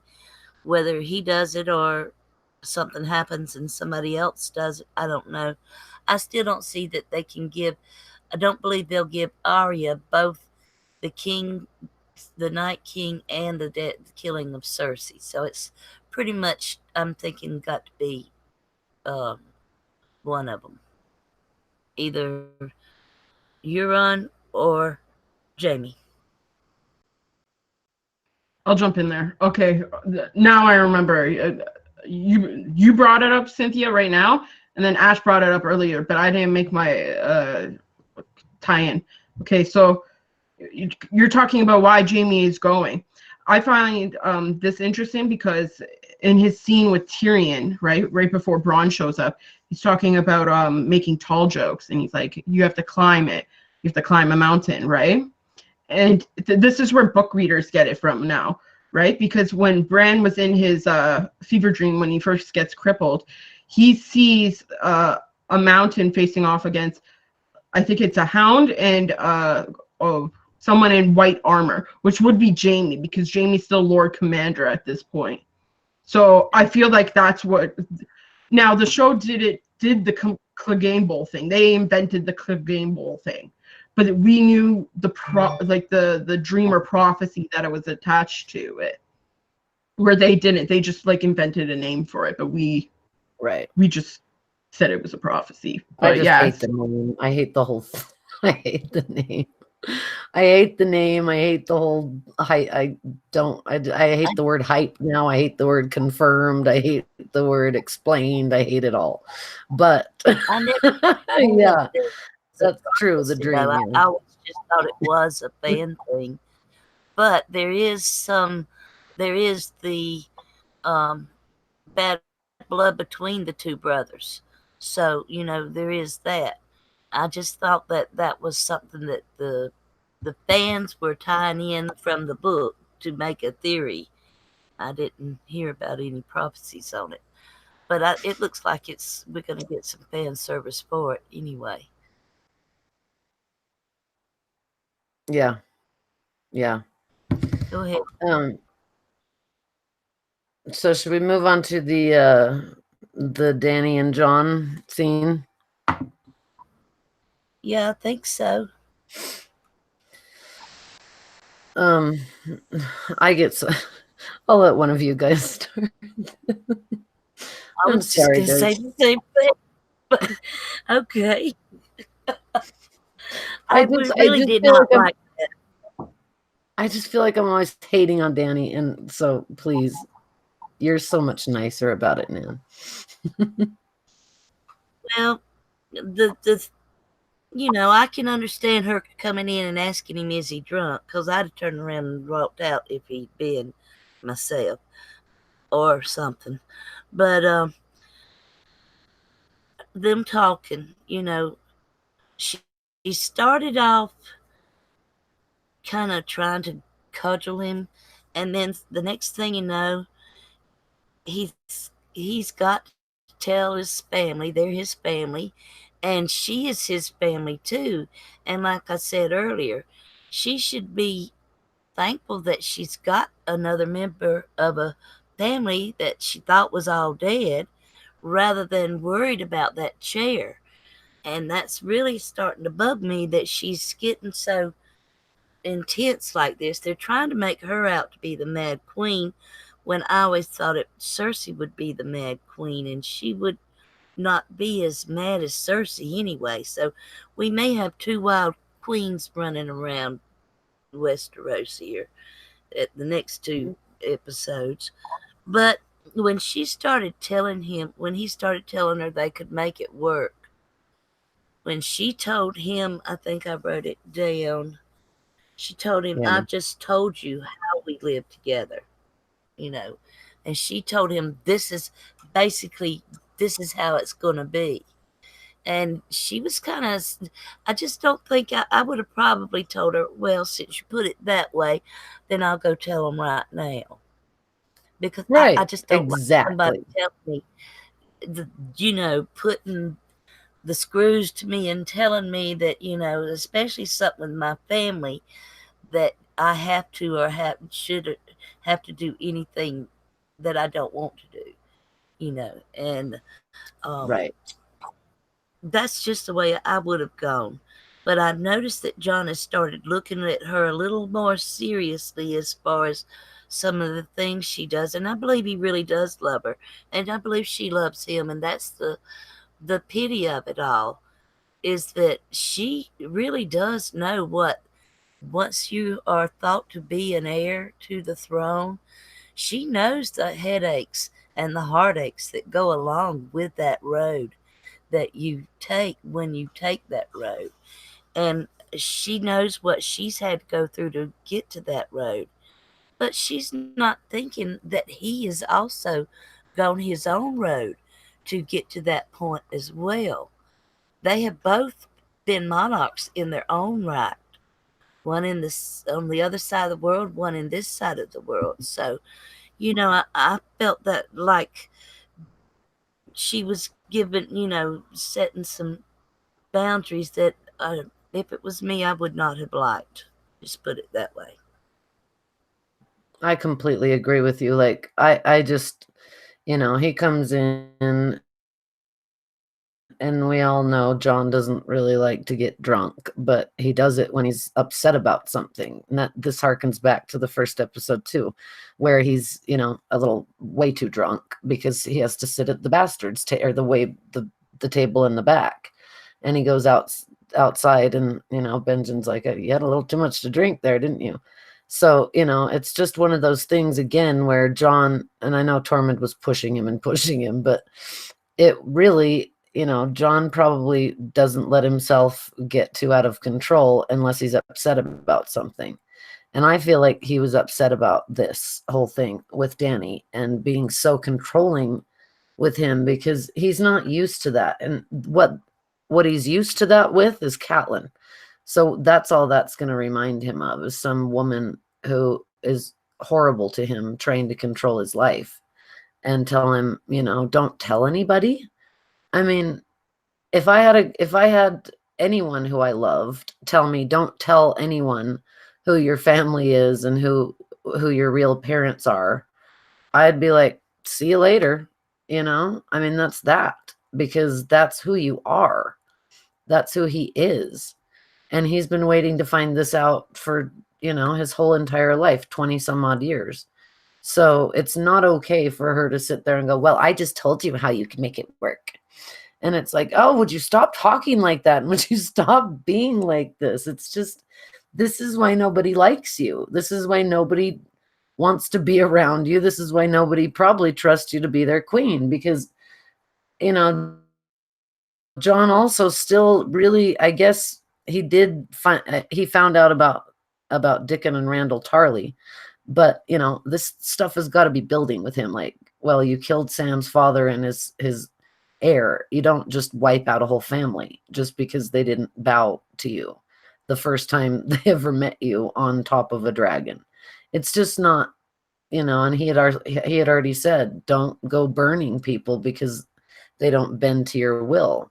So, she just basically got his dragon killed because she swooped in there too fast and didn't see the Greyjoy or Euron's army. I'm sorry, but there's huge krakens on there. I'm quite sure you could see the ships and the scorpion. I mean, it was pretty obvious the minute it hit Rhaegal. You go back and around. You don't just start screaming like she heard the Northmen do. I'm one of them now, and I'm going to scream and run at a scorpion. No. You go around and get him from behind. Euron can't turn around the scorpion that fast. So I don't know what that was all about. But the whole thing about this is just that she needs to understand where her place is. If she's going to be a queen, there has never been a queen before. That's why Rhaenyra was the queen who never was, is because men in this world, in that world, come first. That's primogenitor. So it doesn't go to the daughter, it goes to the son. And if he's the son of her older brother, then, it's not her throne, it's his. If we're going to go by, the Targaryens still have the throne, which they don't, but I guess that's what we're going by. And every time I listen to Dave and Dan, all I can do is just go, do you even know what you're talking about your own show? Because they just talk about Dany and how much they love her and how everyone needs to love Dany, but they don't know her, and oh, poor Dany. But no, that's really not what they're writing. What they're writing is that everyone does not like her for a reason. They don't trust her, but they trust Jon. And, to have him sort of just, I mean, it was kind of stupid in the first place to not wait for the army to make her own decisions and do what she wanted to do. And it seems like it all stemmed from this scene right here, where he didn't really give her an answer, like, I'm not going to tell anyone. He sort of did, but, I mean, he grabbed her face and, just all sweetly after she threatens him. I just don't understand it. I guess they must love each other quite a bit. Or he loves her quite a bit, and I don't know why. I just don't know why. You don't go from Ygritte to this and be like, oh, I love you. No, I won't tell anyone who I am for you, so you can have your throne. I know he doesn't want the throne, and I know we all know Jon doesn't want any thrones, but he's a great leader, just like Varys later says. Men believe in him. He's measured. He makes decisions in a way that's not just flying by the seat of his pants. So, and I think that's kind of all I have to say about that scene. I'm sorry to constantly just bitch about Dany, but I can't stand her. It's okay. I actually have like I have more memorabilia, right, and like paraphernalia and stuff like that for Dany than I do for any other character. I really do like Dany as a character. I feel like I'm not a third wave feminist or a fourth wave feminist, but I am a first wave feminist, right? Like I want the vote. I want to be able to fight for my country and everything like that. So for Dany to be a monarch is very important to me, equally as it is for Sansa. But when it came to this scene, okay, again, Emilia Clarke's acting is on par. When there's a scene where she says, "It doesn't matter what you want." If you freeze frame that her expression, you got to give kudos to that. Like that was, I don't know what juice you're on, Emilia Clarke, but it's bonkers. Like you should win an Emmy or a Golden Globe for this, or like a SAG or something, because it's just insane. She is crazy for the throne. You definitely see that. She's getting more crazy as she is in Westeros. It's almost like a curse. Like she wasn't as crazy when she was in Marine or Astapor or like all these other like Vaes Dothrak, and here she's just nuts. She's there's something about this land that makes the Targaryens fucking nuts. That's what it is, right? Go Yeah. Get out of this land. Go rule somewhere else, right? Like don't come here if you act like this. Again, she says, "Don't tell your family," and then you got family, duty, honor, which isn't Jon's words. It's the Tully words, right? His are Targaryen, which is winter is coming, and then winter has already been brought and gone, and then blood and fire. You're his blood, so technically he's supposed to rule beside you, not rule with you or like serve you. Is my point. It's supposed to be three heads of the dragon, right? You have to learn that, right? And she didn't. Like even you see this later on when he's leaving Winterfell and he doesn't go with Rhaegal, despite like Tormund says being two fleas fucking on a dragon. That's the weight of Jon on that dragon. Right. Like you should have been on it. Why didn't you go on it? Like it makes no sense, right? Technically, if Jon rode Rhaegal and kept Rhaegal there, he would have survived. Let's be clear on that right now. He would have done it right. Because Dany wouldn't have been looking at Rhaegal when that scene happened. She would have been looking out at front, but she wasn't. She was more concerned with her child beside her. Again, this is all looking in the past and the present, which is Jon and Dany, right? True. What else did I say here? Good point. Yeah. Sansa will want to see me gone and you on the Iron Throne. I don't think that's the case. I really don't. At all. I don't think Sansa wants to see Jon on the throne.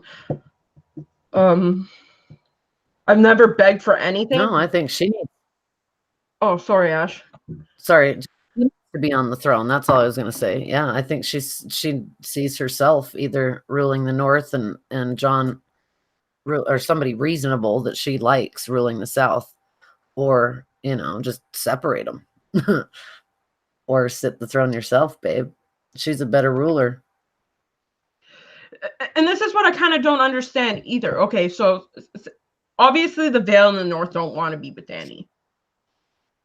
Then you got the Crown lands. I'm assuming the Tullys and the Freys and everything would go with Sansa as well, right? Because that's her family and everything like that. But then you have the Crown lands, which would obviously be Cersei's area. But then she has the Stormlands, right? She has Dorne. Why wouldn't you just take those areas and just go live there instead? Why would you even bother giving Gendry the thing and just take it for yourself and rule there for a while and kind of wait it out, right? Like, why is it now, right? Like, you're being childish, right? And that goes to the next scene, too, when they're doing the whole round table map thing. I've never begged for anything. And yeah, you have. You've begged for a lot of stuff. You begged in Karth to get the ships and the money and everything like that to sail to Westeros, right? And she was like, I will have what is mine in fire and blood, right? Those are your words. You're like, I need it, right? Like, I want it. So I don't buy that for a second. No, you've begged a lot. Then you got like the command by your queen. We can. I've just told you how. Yeah. Yeah. And then I wish you never told me, or I'd be happy right now. That also goes back to Sansa and the Hound, right? That scene, right? Because if I was a little bird, nothing would have. I would have stayed a little bird, right? Where Sansa is learning from that experience, and Dany isn't, right? Like her character development only goes so far to a conqueror, right? Yeah. Yeah. It's true. Yeah. I mean, Sansa's learning constantly, and she is fighting every battle everywhere in her mind. So it's the same thing as I said last time, that I feel like she's really taken way more away from this than Dany has, being someone who's ruled Marine.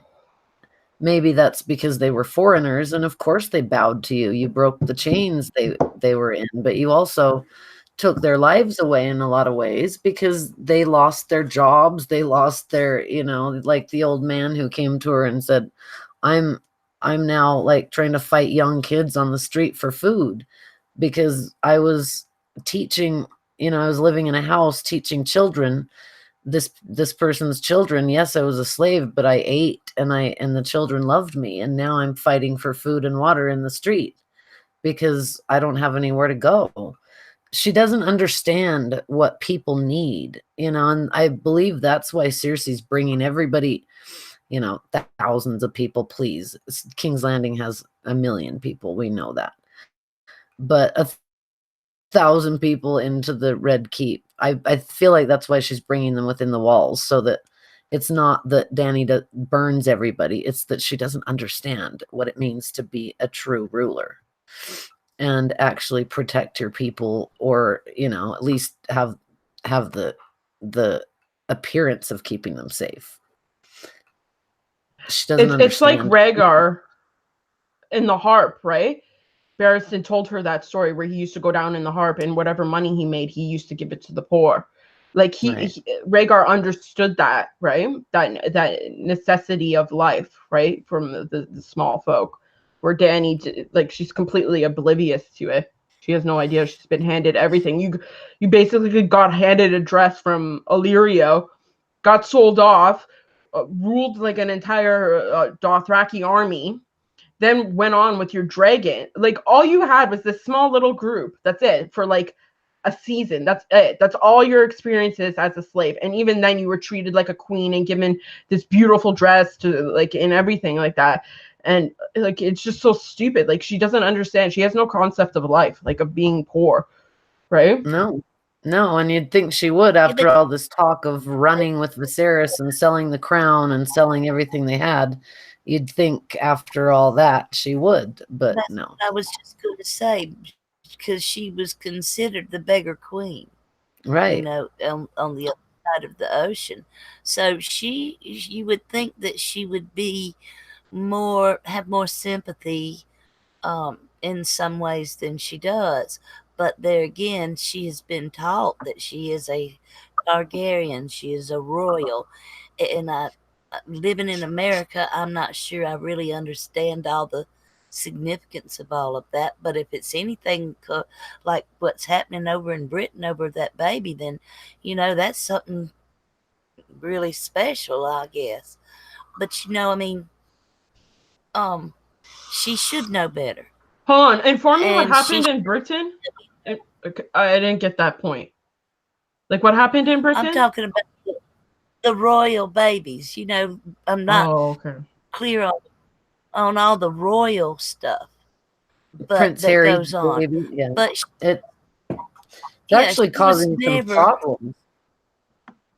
Yeah, but she was never actually taught how to be a mother or have a mother or raising. If you don't can't have any concept of what family is, how are you going to conceive of ruling a kingdom? you've got to have a basic concept of how to live within a family structure first, you would think, and then you build your confines up until you learn how to deal with people. She never had a chance to learn how to deal with people within that structure like a lot of orphans do. But even John was more blessed in that he had the family structure that she never had. That's just what I was going to say about her.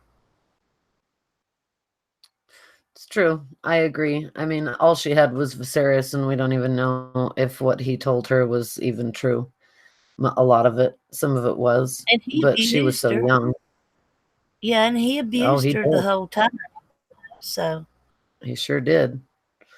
I mean, it's one of those things where he could have told her anything, and it was more Viserys's anger at the usurper's dogs and all of this than it was hers. It was his anger. She was too young to even understand, except for that they were running and running and running all the time. But you look at the house with the red door. That had to have been a very nice house if it had a lemon tree, and if it was outside her window, and if it had a red door, it just seems like. And then they're living in this Illyrio's manse. She's being given everything. Even Tyrion said it. She had stone eggs and birthed them in a fire. Fine, that's awesome, but like that doesn't make you a queen. I'm sorry, it just doesn't. Just because Targaryens birthed dragons in the past, not every one of them became became the ruler. I mean, it wasn't about the fact that you have dragons or not, and it certainly wasn't about the fact that, well, sometimes it was, but with the really ruthless ones, which, I mean, what's his name? Maegor. I actually loved him, Maegor the Cruel. Even though he was evil, I really loved him. And I loved how he just took out the Faith of the Seven while he was getting married because they were pissed off about it. That's what I think of when I think of a tyrant with dragons. But, it's the fact that now it's much later on and everyone in the Seven Kingdoms knows about Targaryens with dragons and what they'll do if they don't get their way. So, all this talk about breaking the wheel, there is no breaking the wheel here. This is the same old thing. And she's not sharing that phone with anyone. Go ahead, Steph. Yeah,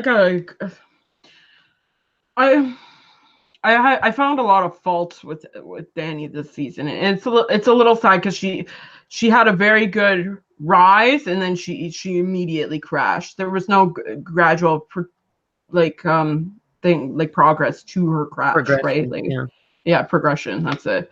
So like it was just sad, right? I do find it she didn't even break chains. Let's put it that way. With fucking Missandei, stupid slave to the end, spouting names and being a fucking whore. Like seriously, that's all she was this entire time, right? Well, you basically lived the same life as you did before, and guess what? You didn't learn any more languages. You didn't do anything else. It was so stupid. But yeah.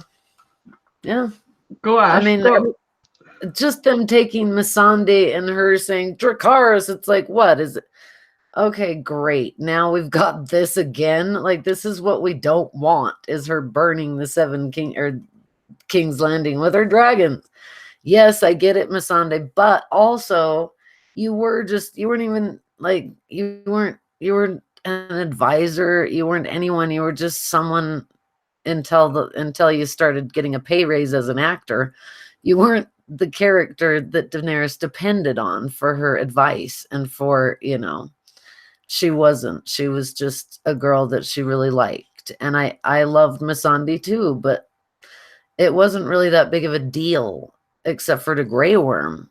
Actually, it was more big of a big deal to Grey Worm to have her beheaded on the parapets than it was for Daenerys, because as far as a queen goes, then you shouldn't be that emotional either about your basic servants. I mean, she was like a servant.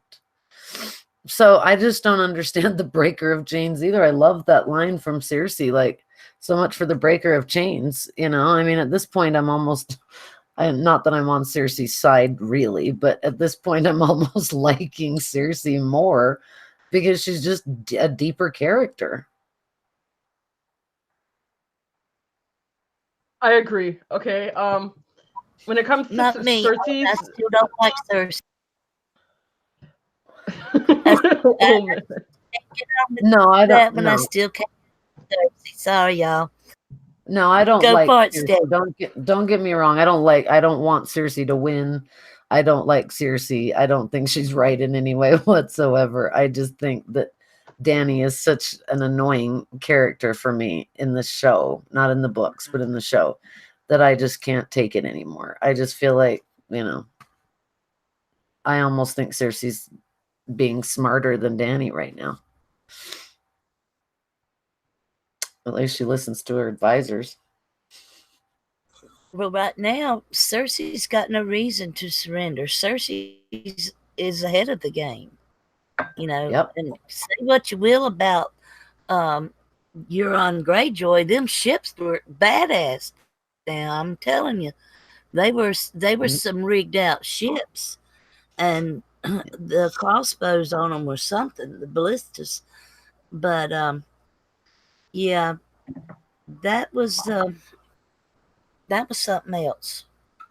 Yeah, Euron on those ships was pretty awesome because Euron in the books is so much more, but it's finally coming to a place where Euron's trickery and his just the way he's always kind of getting the better of everyone. He really pulled that off with Cersei too. Like now, you could see for a minute there that she was scared of him when she told him, that she was pregnant with his baby and made him think it was his. And he started touching her face, and you could see that she was like, whoa, oh, please. I almost like shivering, like she was scared of him, which you should be scared of Euron Greyjoy. And he just took down a dragon. That's a big deal for Euron Greyjoy, with one bolt. Well, two, but the fact is, isn't it? I'm sorry, but didn't Rhaegal's stomach pretty much get ripped off last episode by Viserion? His wing, I thought. Yeah, it was 3 arrows. It went one into his heart, then one ripped his wing, right? And the other one's already damaged, right? But and then one went through his neck, and then he just fell and died. But I had issues with that scene, like from a book perspective, because Euron wants dragons. I don't think he would be the one to kill it. He wants that power, right? Like he would use that horn to get Oh it. yeah, he wants the dragon. So I had issues with that scene. I feel like Euron is being done dirty in the show so badly. Like his tied to the other too, right? He's cutting off their tongues for a reason. It's because the Night's King likes silence. That's who's influencing Euron Greyjoy, right? That's how I feel, anyways. Like you can't tell me you've been having all these weird dreams and shit like that, and the jumping out of windows like Bran, and then tell me you're not talking to someone else. No, you're talking to the Night's King, buddy. Like I know you are, right?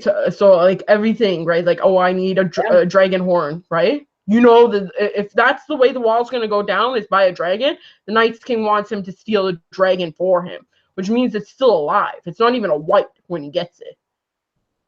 So yeah, but yeah, Rhaegal was like stripped everywhere in his stomach and everything. I thought he was dead. I thought for sure the way he like crash landed and everything. I did too. It literally looked like he had his whole stomach ripped off, like the skin of his stomach ripped off. But whatever, I don't know. I just feel like, and John said, well, Rhaegal he needs to heal. Then why do you take him, right where they're waiting for you? Listened to Sansa. She should have listened to Sansa. Mm-hmm. Yeah. Once again. Or even John. John being that's true what you said, Steffi, about like John being oh, he's just gonna be so much weight on Rhaegal. How awful! Like 90 pounds on Rhaegal would be a big deal. Come on, Jon's tiny, and we just made that point with Tormund saying he's tiny, but he got on a dragon. So why can't he do it this time? If you're taking him back, I know she seemed like she was taking them back to Dragonstone, but what happened is that, I don't know why you don't expect Euron Greyjoy to be waiting there. His fleet is there. Everything's set up for war. So why would you just take 2 dragons and your last ones left and, have them taken out like that? If they're your children, Okay, you might want to protect them a little bit. I want to bitch at this scene for a second. I guess we're at the King's Round Table, and like what kind of happens as a consequence to that, right? So I'm really pissed about her plan to go to. Why are you going to like? You're retarded. I'm gonna say you're stupid. You're talking about Yara and Theon got into a battle right after the ships left Dragonstone. What are you doing at Dragonstone? Are you stupid? Right. She basically made the same mistake twice. What are you doing? You're an idiot. And this is where I wanted to bring up Olenna Tyrell. Olenna Tyrell told you take your force and you attack King's Landing right now. That's what you do. You do.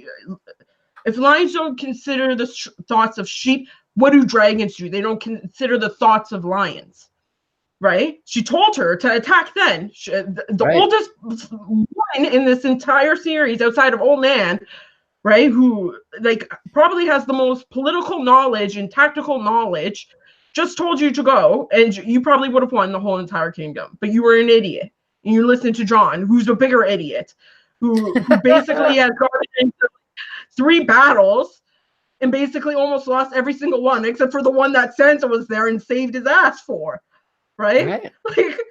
Why would you listen to Jon? Because he rolled a dragon into trees?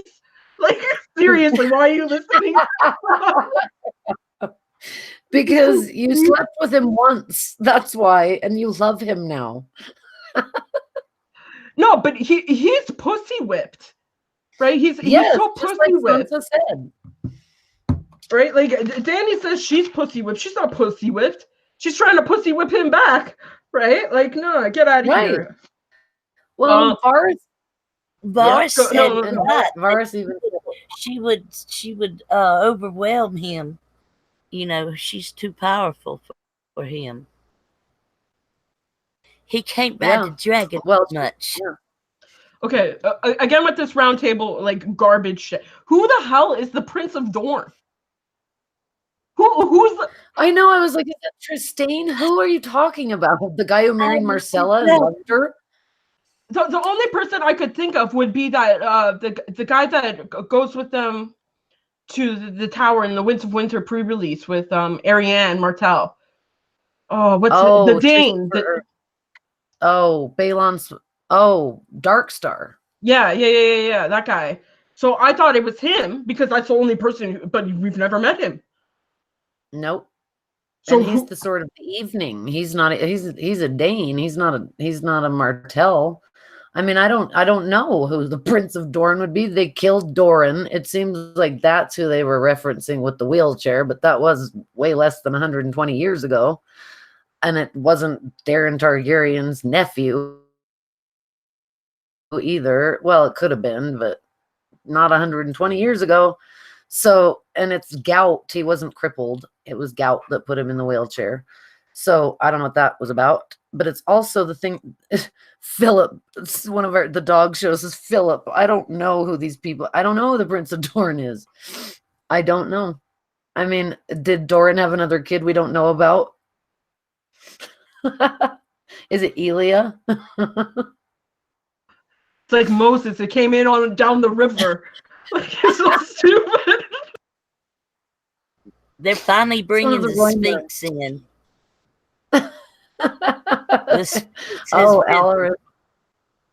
Alaris the Sphinx, maybe. But no, yeah, in the show, it was only the 3 daughters of Oberyn and Right. Martell. It was only those 3 that they said that he had. There was never a 4th or a 5th. I think he had 7 kids in the books. Right. Right? Right. And he but all in taught Doran, them a different craft. Yeah. right, but Doran's the Prince of Dorne, and he didn't have any other kids but Arian and right. Yeah. So And the I well, the don't They know. book, didn't Yeah. even the do book Ariane Martell. They didn't Nope. even do her. Uh, They just left Mm-mm. Tristan as the only heir. didn't do the Yep. one that went to after Danny over there either. What was his name? Quentin or what was his name? Quentin, yeah, Quentin that got burned by the Quentin dragons. Yeah. Martell. Yeah. I mean, I guess they can throw him in too because they've thrown in Harry Strickland as being some gorgeous young great fighter when he's not.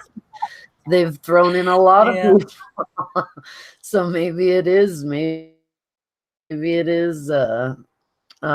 Quentin. I don't know. Yeah, because they did leave that out. That sort of became Tyrion going in there to check on the dragons and running away when they were in chains. So maybe it's now they're going to introduce finally Quentin, which is just odd. And how did they get Dorne into the mix anyway? I mean, I guess because Cersei killed the sand snakes and Alaria, now Dorne's in, but we don't know why.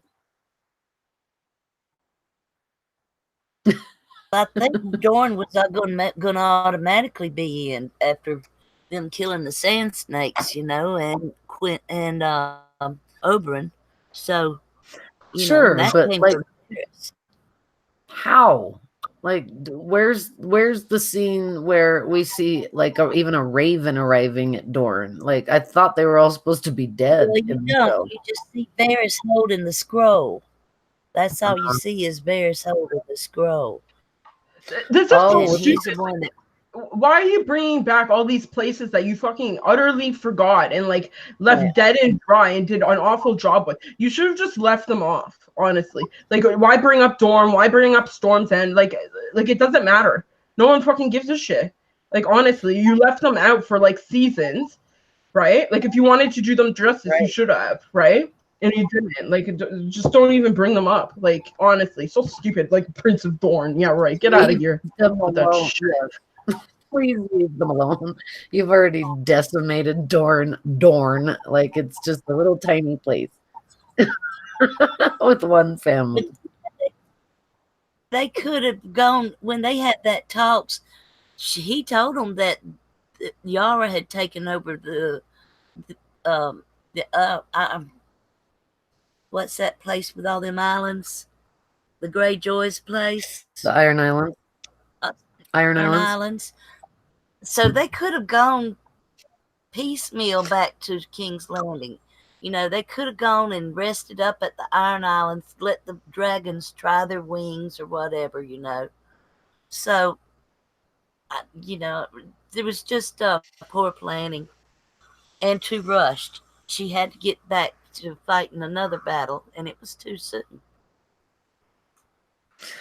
Yeah, and I mean, and one more thing, and I've quit. When he give up that direwolf, if you give up the direwolf, you're gonna lose the dragon. So, just saying. that is so true right there. That's all I could think of when he let Ghost go with Tormund. I thought, you're dead, or you're done for, or something bad's gonna happen, because when Robb didn't listen to Grey Wind, that was the death of him. And we all know when you don't listen to your direwolf, that's the end of you. So, like, you can't even pet him. You can't even, like, talk to him like Arya did to Nymeria and say, you're going with Tormund, I'll be back, I mean, maybe it means Jon will go back to the north, but, like Sansa said, Starkmen don't do well in the south. They don't do well in the capital, and they don't. They die every time. The hour of the wolf. So, yeah. Okay, I'm gonna. It was a mistake to have Ghost go. Go ahead, Steph. Okay, we're like just jumping all over the place. We really don't like this, so we're like basically hopping from one negative to the next negative to the next negative. Like, it's pretty bad. Okay, so I'm gonna try to bring us back just like a little bit. Okay, so I liked how Jan Royce was at the rounds table. I don't know where he's been, but I like him. I wish there was more of him this season, right? Like with Sansa just standing idly by her and all that. Like same with Brienne, right? Like there should have been more of him. I don't know how Yara took the Iron Islands when Euron has supposedly the greatest fleet that the seas have ever saw, or whatever the stupid line that Cersei gave. I find that when they're talking about taking King's Landing and everything like that, Tyrion says that the people in King's Landing will basically just eat her alive, right? If they just starve them out. And it kind of goes back to the Misa scene where everyone's grabbing at her, right? That's how I looked at it, right? But instead of these people doting on you, they're fucking hating you and they're gonna eat you, like kind of like the House of the Dying, where they were eating Dany. Technically, they were trying to bite her and everything like that. But then I saw it back to Davos and Stannis with the onions, right? So maybe she does have someone like that can smuggle her in food throughout the entirety of winter. Again, yeah, Sansa is right about the men. Dany's like, fuck off, you're stupid. Sansa, they're your people. Like, you stupid idiot. See, this is the scene I'm talking about. Dany, the longer I leave my enemies alone, the stronger they become. Then why didn't you listen to Olenna Tyrell? You idiot. Sansa and Arya look at each other, right? Like they take it as a threat, right? Because Dany's looking exactly at Sansa when she says that, right? And it pans to both Arya and Thing in that scene, and they're like, "Excuse me, motherfucker, I'm gonna kill you first." Yeah, John Pussy's out. Family duty honor. I don't understand why they split the army up. I really don't. They all should have just went by King's Landing to be one united front. Especially if you're passing by Mo Kalen. Like, who even holds Mo Kalen right now? I thought it was the Ironborn that were holding Mo Kalen until Bruce Bolton took it. So who's holding Mo Kalen? Like, they could have been shot and killed right there and then. Like, you guys should have. The Glovers left Winterfell and went back home. Remember? So didn't they have that, Mo Kalen? I don't think so. I think the Glovers are.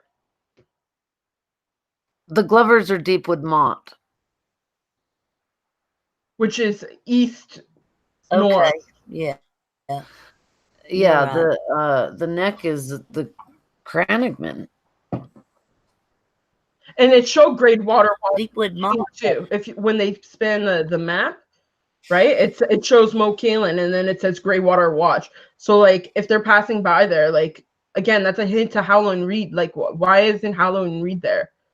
Right? To actually, I know. So stupid. I want Howland Reed. We'll never get Howland Reed because we want to see him so bad. Then there's a scene in Dany, in all the 7 kingdoms, men will live without fear and cruelty under the rightful queen. And it doesn't even shoot Dany, it actually shoots Sansa during that entire scene when she's saying that. So yeah, foreshadowing much. Good eye, I didn't even notice that. Okay. And then the next scene is Jon, Sansa, Arya, and Bran in the Godswood. Sorry, I kind of took away the fun, but we gotta move on instead of like hopping all over the place. Sorry. No, you didn't. I do this. Right. I don't feel nice when doing it. Well, we do have to stay on topic. So, I mean, yeah, I just sort of had, like, there was a little comment here on the chat that I liked because Tormund was making it sound like it's where, you know, Tormund said, we need room to roam, we need to wander. And Jon's like, this is the north, but it's not to the wildlings. So, And I like the fact that Ghost stays in the north. That's what makes me feel like Jon must go back, because it's almost like the prophecy. It's of Dany's, but it's instead Jon's. You never know. I mean, it could the three heads. It could be one of the loves of hers that they're talking about it. Who knows? But the thing is somebody just made the point that she's got no allies to send her food unless you're on pirates, which is actually kind of true. I mean, didn't the Lannister cart, like, that was the one thing she missed with the dragon fire last season, was the cart full of food. She missed that completely and just got all the armies. So, like, now there's no food for them. What are they supposed to do at Dragonstone? Gather up all what food? The food Littlefinger put away at Harrenhal? I don't know. We are talking about a show that said we will cut down every tree on the Iron Islands and build the strongest flank the world has ever seen, when the island has no trees on it. So right. Good. Good point. It's very true. I mean, my God. Right. And there you go. The dog show is awesome. I just shout out to you because now it's the gold to pay the Iron Bank back too. Like, it's kind of destruction for all of them, which is maybe why the Iron Throne will be like it was in her. It's like King Aerys screaming, I want to leave Robert ashes and a kingdom of ashes and bone and charred bone, because that's kind of what this is going to be. And in her vision, Dany's vision, it was all about, the throne room being ash. So, and now you've got the Lannister lion behind it. So I don't know if they're forgetting, like they do, of what they did before, but it kind of makes me wonder if there's going to be a Red Keep at all after this. I mean, it would be fitting because Aegon did build it. Well, Aegon built the Aegon Fort, and then Maegor built the Red Keep. But still, it's a Targaryen built castle. So they know the ins and outs of it better but Dany doesn't. So, I mean, I don't know. It's like, what sense is any of this making to me? And what happened to Tyrion? Why is he so stupid all of a sudden? I'm sorry, but you walk up to a castle with archers, drawn, and you walk up and just start talking in a normal voice like they're going to be able to hear you on the parapets. Come on. And, I'm just like, his little looks at Cersei like, come on.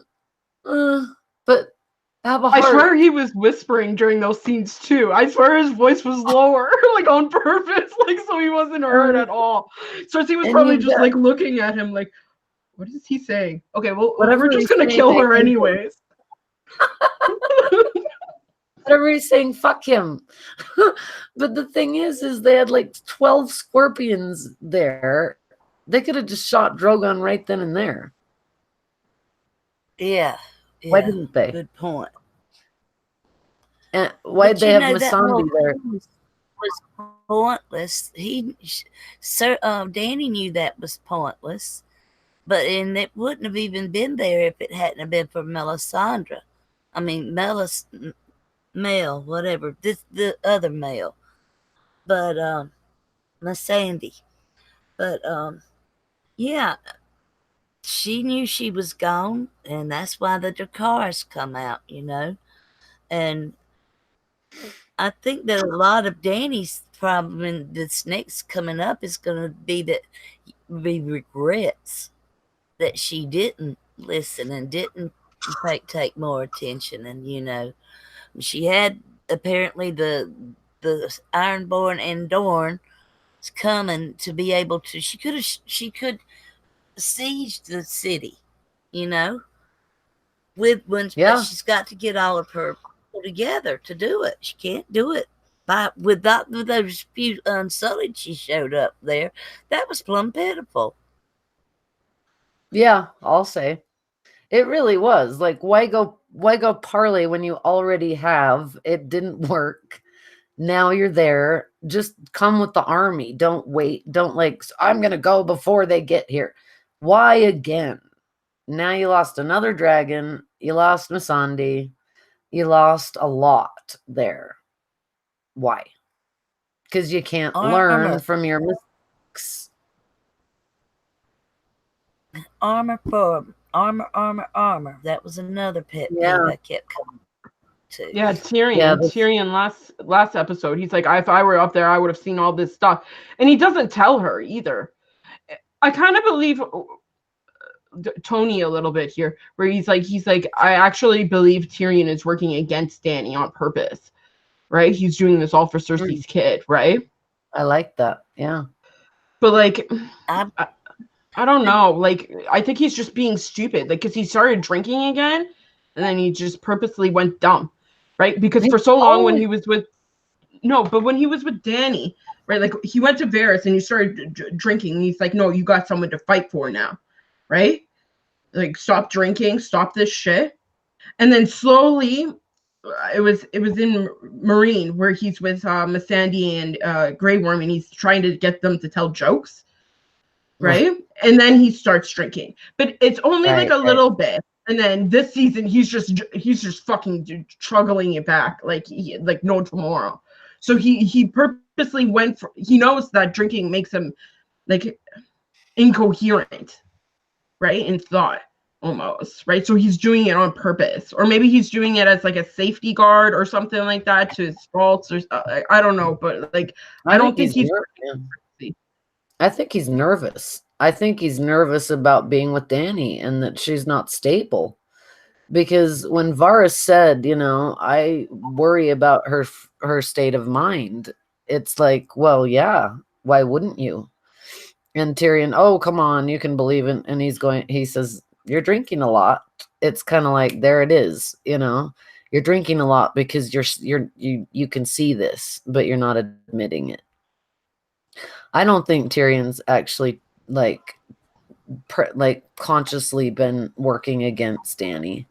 But because I just don't see the love between Tyrion and Cersei to do that. But maybe it is there with Jaime.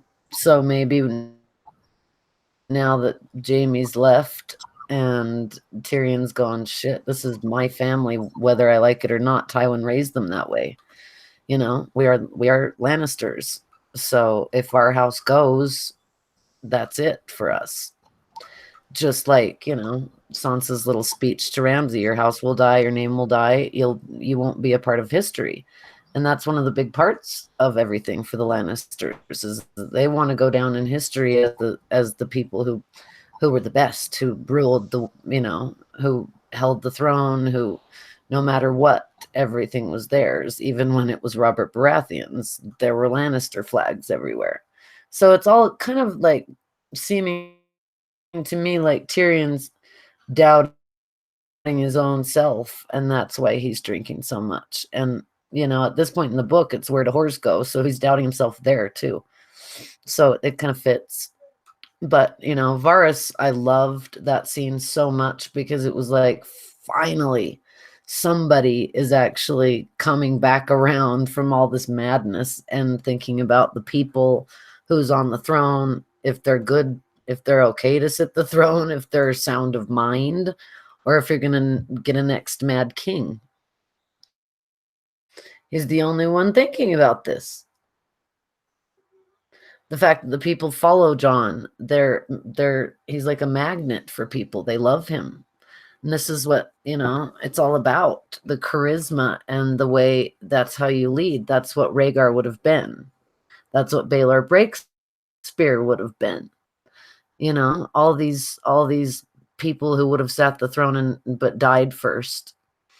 That's what they would have all been, as great rulers that the people loved. Now, is Jon going to go down the same way because he followed Dany?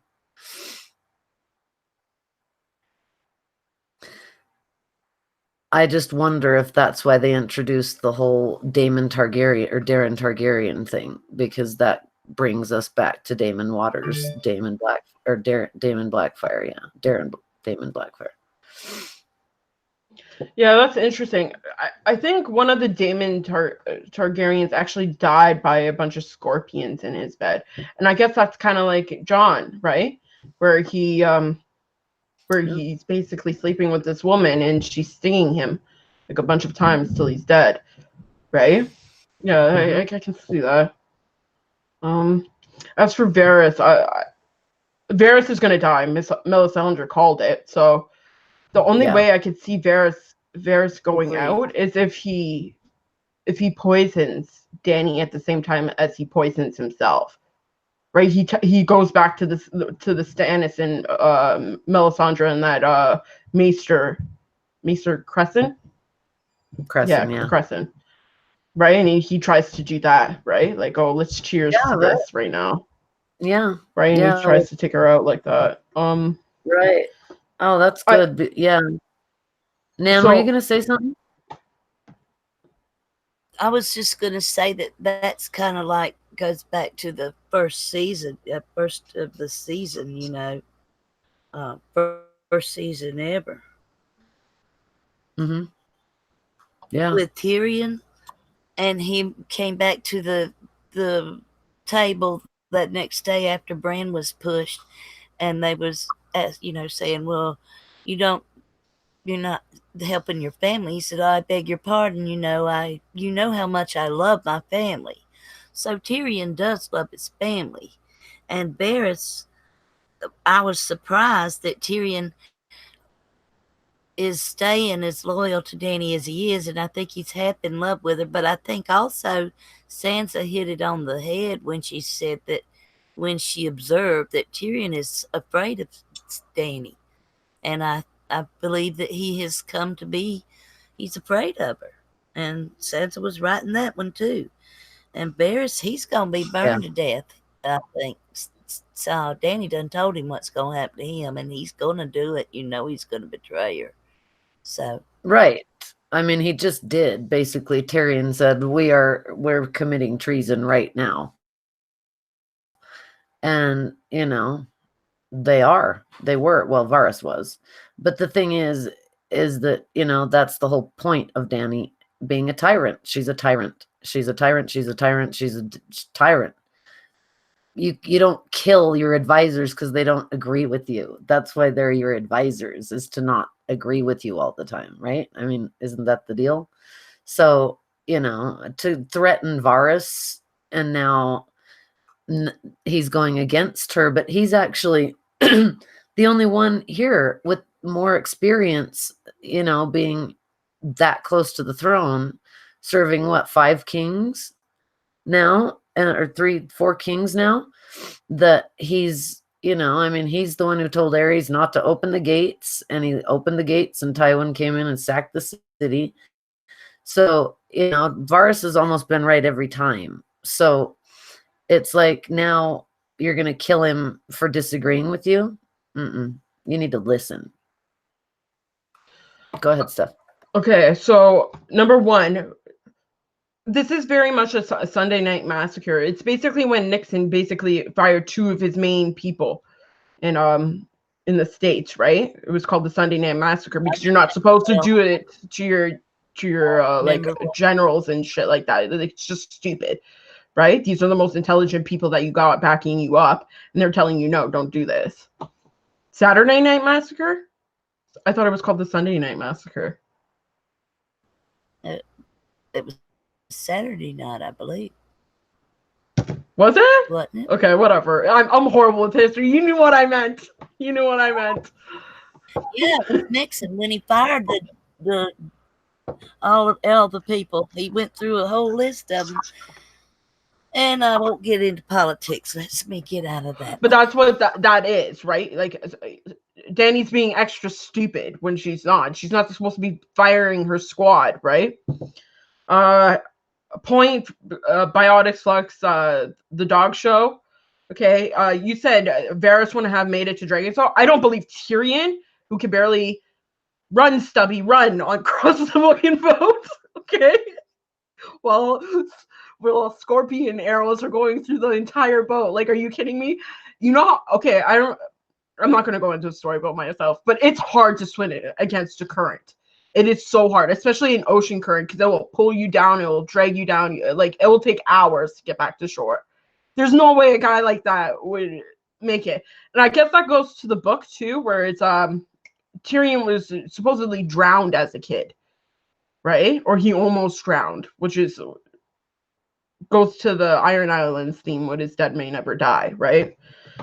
As for that scene, I don't think Jon would be a good leader. He would kind of be like Robert Baratheon, right? Like, especially if he lost Dany. I just think that would be stupid. Like, basically would look for things to fill this hole if he were to have lost Dany in the process. And then the Seven Kingdoms would hurt as a result. It would be the Robert Baratheon all over again, getting the crown in debt and everything like that, just to fill this hole, right? So I don't think that's good. I think Tyrion is right. Like a cock isn't as important as everyone's making it out to be, which goes to Sansa's conversation, right? What if there is someone else, someone better? And I think she is implying herself. She's just letting everyone else riddle it out for her, right? It's kind of like leaving eggs in an episode, right? Like, you leave Easter eggs like in like movies and stuff, and people like other people will pick it up online. That's what she's doing, right? She's leaving all these like little hints. I don't even really think that conversation ended when she told Tyrion that was thing. I think he's looking at Sansa being like, I could possibly be the hand to the actual queen that would do, that has faced cruelty, that has faced fear, has faced everything that these people have also went through, and will know how to correct that, right? And Yep. I forget what I was just gonna say something that you just nailed it.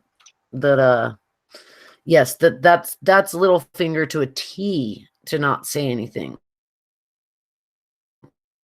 you know, and just to wait for everybody else to kind of figure it out. That's really what he taught her that was so worthwhile, you know? I mean, he really did teach her how to just sit back and watch and listen and not say much and read everybody perfectly. And that's exactly what she's doing. She's reading everyone, especially Dany. Dany doesn't hide fuck all on her face, you know? It all comes right across what she's feeling and thinking. And Biotic Flux, I gotta welcome you back, dude. You're one of my favorites in the chat, always. So he's under a different name, The Dog Show, now, but it's so good to see you again. And it's good to see all of you guys again. But what he said was, it looked like the mast was gonna crush Tyrion. Like, here we go again with poor Tyrion in the water. But I guess it didn't. And I guess somehow Euron found Missandei in the middle of the ocean. Just like, oh, that worked so well. Thanks, D&D. For Christ's sake, can we just acknowledge for a minute? I'm sorry to go insane. Can we just acknowledge for a minute how fucking ridiculous this is? It is ridiculous. I feel like George sat there and went, no, you can't have anything in my nothing. I just want it to end now because I'm so sick of what you've done. I just feel that way. I'm sorry, but I do. So, okay. Oh, I got that out. Anyway, it did look like the mast hit Tyrion, but what I really loved is Varys coughing up water like, oh, isn't that our merman? He swam right in. You wouldn't think Varys would really be able to swim, would you? But there he was, right there, just coughing up water. I loved it. I mean, it was kind of one of those things like what like you said, you know, Tyrion dying before. And I always talk about this, but that was the whole Shrouded Lord thing, the chapter that George left out that I always want him to put back in so bad, is when Tyrion drowned in the Sorrows with John Connington in the show Jorah, when he got grayscale. When he was under so long that he actually went down and chatted with the Shrouded Lord and had a drink of wine with him and made him laugh. And George said, it turns out the Shrouded Lord likes it when you make him laugh. So he sent Tyrion back up with his purpose, which I thought was so cool. And I want to read that chapter so bad. So now Tyrion's drowned practically twice. I was going, please give us the Shrouded Lord. No, they won't. Are you crazy? No. But, then we've got Missandei. Please. Sorry to go insane, but yeah. I know y'all, she's wanting to get into Missandei's death. Yeah. Best death on Game of Thrones. Bar none. It'd be Ned. You fucking useless character. Like, get the hell off I my wrote screen. right here. Steffi will love this death.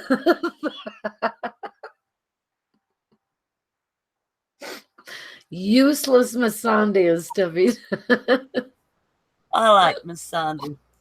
But as far as the character goes, she's so far off the book. I mean, she's 8 years old or so in the book. Like 10 by now. So you can't really compare that with what you got now. I mean, she's still a child in the book. So all of this is just fluff otherwise, And I agree with Cynthia on that point.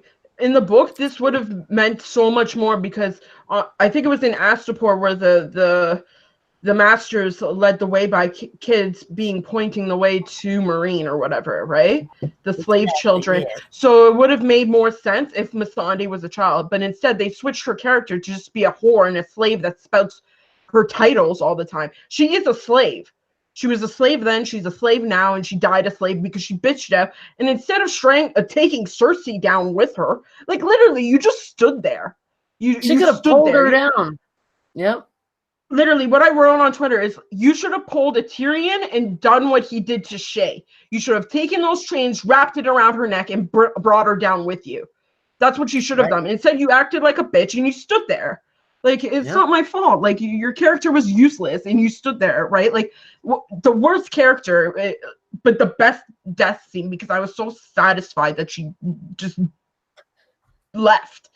Good for you. Leave. I hope you never get a... The only part that made me sad was Grey Worm's face. Like, Grey Worm, he's a great actor, that guy. And I just thought, God, this makes it all like this is what gives me pain and sadness is Grey Worm, not her. And, to say Dracarys just means she doesn't get it either. So burn them all. Great. Here we are with the Mad King yet again. No, don't burn them all. Have you not been listening at all of your councils where now you're a slave / advisor? No. But if you notice in that picture where Cersei's letting all the small folks into the Red Keep as a human shield, more or less, she's got barrels of something in them towers above all that out there. Did y'all notice that? She's got, and it's either wildfire or oil or something that's going to burn. It's combustible, you can bet. And, she may burn them all and make it look, appear like Cersei did. I mean, Dany did it. You don't never know. But I think they're kind of trying to make Dany appear too Mad Queenish all of a sudden. I mean, there's the progression into that Mad Queen state. You're only seeing it in this. Yeah, she's made some stupid moves even last year, but this state of her is the worst we've seen of her, and it's all of a sudden when we've seen Cersei doing really terrible stuff for 8 years now. So I don't know, but it's not just like I said the last time, a shell game where it could be Dany that's the Mad Queen, or it could be Cersei that's the Mad Queen, or it could be both of them, and they'll decide they never want any queens at all. So, Yeah, Yeah, that's a really good point. Like, I didn't even Cersei saying, well, they'll just see that she's going to burn the whole kingdom of all these innocent people, when maybe it's not going to be Dany, it's going to be Cersei, because she's got wildfire. She's got all that wildfire.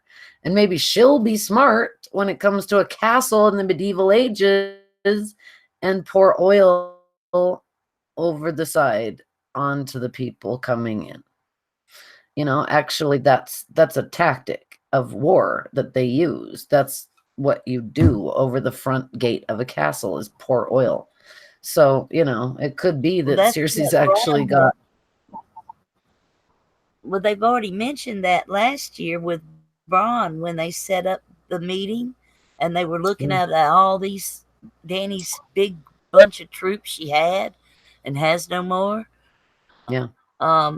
They Braun asked him how many barrels, what is that? And it was pitch for burning, and then he said 500 barrels get 500 more. So Right. it That's could be right. just pitch instead of wildfire. Yeah. And then you just send flaming arrows on them, or, you know, the dragon breathes flame, and that's that for your army, not theirs. Wow, that would be kind of I mean, it would be the wrong side of a twist, but it would be a good one, because Dany's got to learn somehow. She's got to learn that this is true. The dog show says, Biotic Flux says, Arya and the Hound might get in the way, and that's the part we missed. Well, we sort of talked about it a little bit, but the Hound and Arya just kind of off by themselves, going. It's surprisingly to me that Arya saying, I'm never coming back, you know, and the Hound saying, I'm never coming back. So they were just like, Varys and Melisandre were going to die here.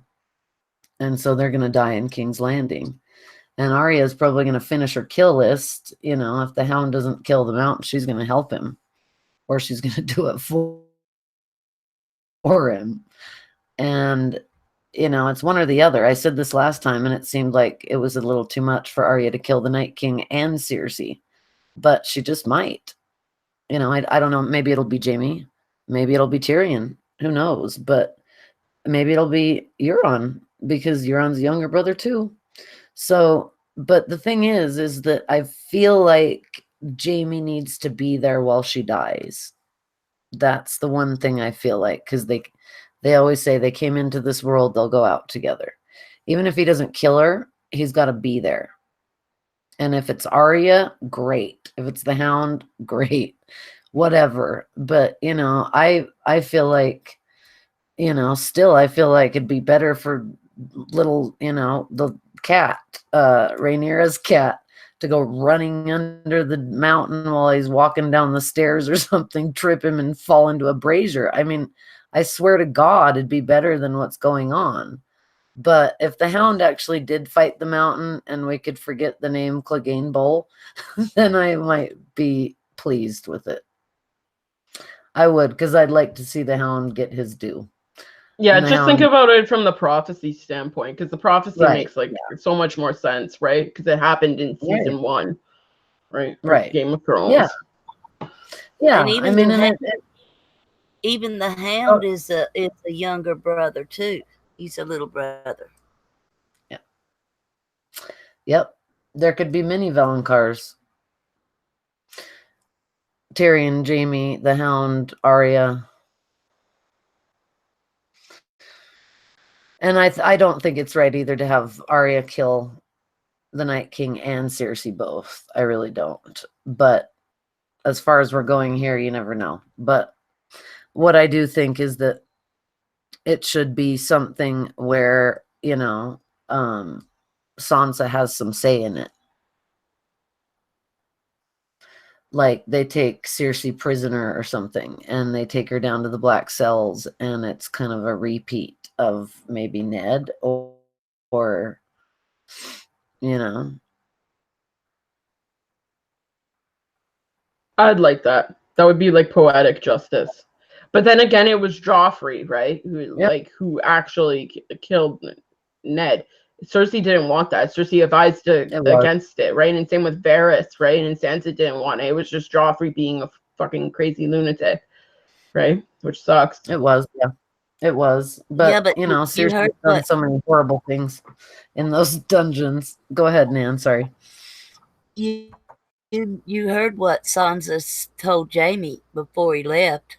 That she said, "I've always wanted to be there when when they execute your sister." So maybe she'll make a run for King's Landing one day. I'd like to add into that scene. I really don't think, I think the Valonqar prophecy has to be true. They had to throw it in there for like a purpose. I don't think she's gonna get executed. I think she's gonna die in that, like, one of those moments where it seems stupid to me that, like, why would Euron even trust Qyburn's nod? Like, oh yeah, she's pregnant with your kid. Like, why would you even trust Qyburn?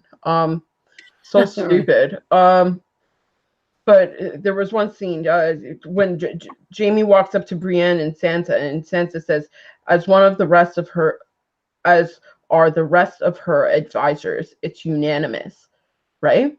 It's unanimous consent that something's going to happen. So she got word from someone. Who is this person that's telling her all of her advisors are against Dany right now? Is it Varys? Is it Tyrion? Someone had to send Sansa that letter, and those are the words I put on the subtitles and everything. Like, that's exactly. As are the rest of her advisors. It's like basically unanimous, right? And then Brienne comes in and makes up some excuse. Oh, Dany lost one of her dragons doing this. Right. I mean, that would mean that it was like a few weeks to a month while they're saying, well, we can't wait for Rhaegal to get better. We can't wait for anything. But then a raven comes to say, you know, that Rhaegal was taken down and that Dany got ambushed by Euron. But that would take some time.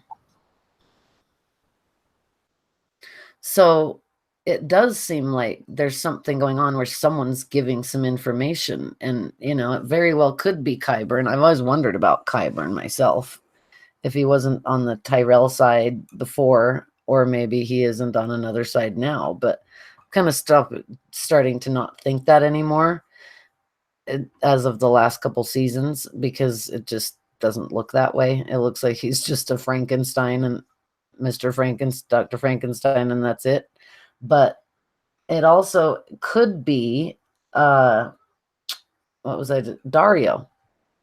Where is Dario? You know, like I thought he was supposed to be like watching Dragon's Bay and all this stuff, and why isn't he there with all these sellswords, you know? And by the way, let's mention Bronn getting Highgarden, of all things in the world. We forgot that scene about the stupid thing that Bronn did. At least he's more qualified than Gendry. Like, I would rather have Bronn as my lord than Gendry. Gendry's like a kid that doesn't know shit, right? Like, only had sex for the first time, and then you have Bronn, who's like literally worked his ass off for everything. At least he kind of deserves it. Like, whatever. So stupid. Yeah, that's true. Yeah, there's a few comments like Varys is the information guy. Yeah, I mean, he's the master of whispers, so he's going to hear everything, you know, and we don't know who it's coming from, but it could be, he could, like in the books, Varys and Illyrio are telling the Golden Company what to do. So it could be that Varys has been communicating with Harry Strickland this whole time. Yeah, but you know, in the show, we never got to hear the rest of Sansa's conversation with Tyrion. Right. So you don't know what he may be letting her. Just, she could have said, "Will you keep me informed of what's going on, and keep an eye on my brother, and you know, let me know whatever." So you know, you've got that too. Yeah, I gotta agree with Cynthia on that. Because basically, last episode, Tyrion talks to Bran for so long, right? He spends the whole night with it, that guy. So, like, Brian says it's not my choice to tell someone, but maybe he already did, and he thought, oh shit, like I just started something that I wasn't supposed to. It wasn't my place to tell, right? And maybe just like Bloodraven did, right? Like maybe he thought, oh shit, right? And Sansa actually was putting herself up as queen instead. I feel like that. I feel like Sansa would put herself up to queen, the conversation was obviously cut off, but I feel like if she's going to tell one person, it would be Tyrion. I feel like it would be Tyrion for some reason. I don't know why I feel that, but like it's either Brienne probably already knows that she wants the throne, right?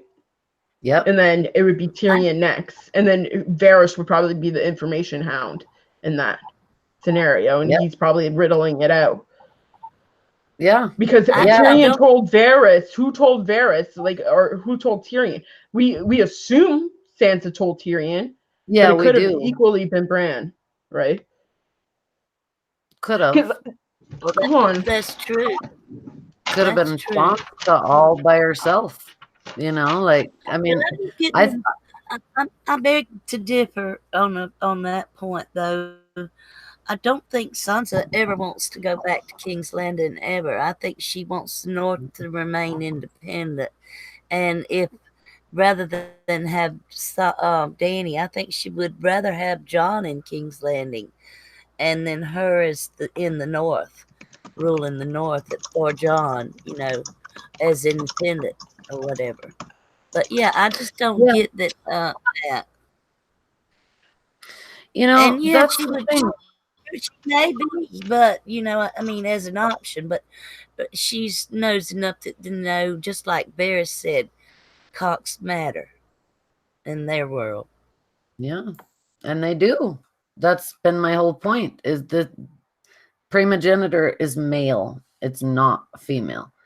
And this is kind of the whole point of the books is, succession and what man sits the throne, not woman. It's just not the way it is. And so I was just thinking about something, though, because it's interesting that somebody in the chat just said, like you just said, Steffi, who actually told Varys, and we don't really know who told anyone. Like it got around like wildfire, excuse that, but it did. I mean, it don't tell anyone. Jon tells Arya, Sansa, and Bran. But Bran is the one who originally knew. Bran already knew. Yeah, it's your choice. Yeah. So he knew. So maybe, I mean, I don't really see Arya running around telling people, but I do see Tyrion doing that after Sansa told him. But it's not just them, though. It's Sam, and if Sam knows, Gilly knows. So I mean, well, yeah, Sam knows too. So yeah, like Varys says, at a certain point, it just becomes information. It's 9 people that know. But in the show they said 8 people, but Gilly's 9, right? Gilly would be 9. Exactly. Hold on, let me do this. Okay, so Bran told Jon, Sam told Jon, right? Jon told Sansa, Arya, right? Sansa supposedly told Tyrion. Tyrion told Varys, right? And then you have I feel like I'm missing someone. Hold on. Gilly would be 8. But why would Gilly, would anyone really include Gilly as someone to conspire, be an information person? I feel like no one would believe her. She's the one that found it in the book, remember? She's the one that told Sam. Yeah, she is. About the marriage and about Rhaegar and what is annulment and everything. When she asked him, what is annulment? And he told her, But, if he knows something, she's going to know it, especially when it comes to the books. I included Howland, that's why. My bad. Oh, Howland Reed. He does know, but I mean, and you never know how many people Howland Reed has told, if he's told anyone. I don't know that he's told anyone.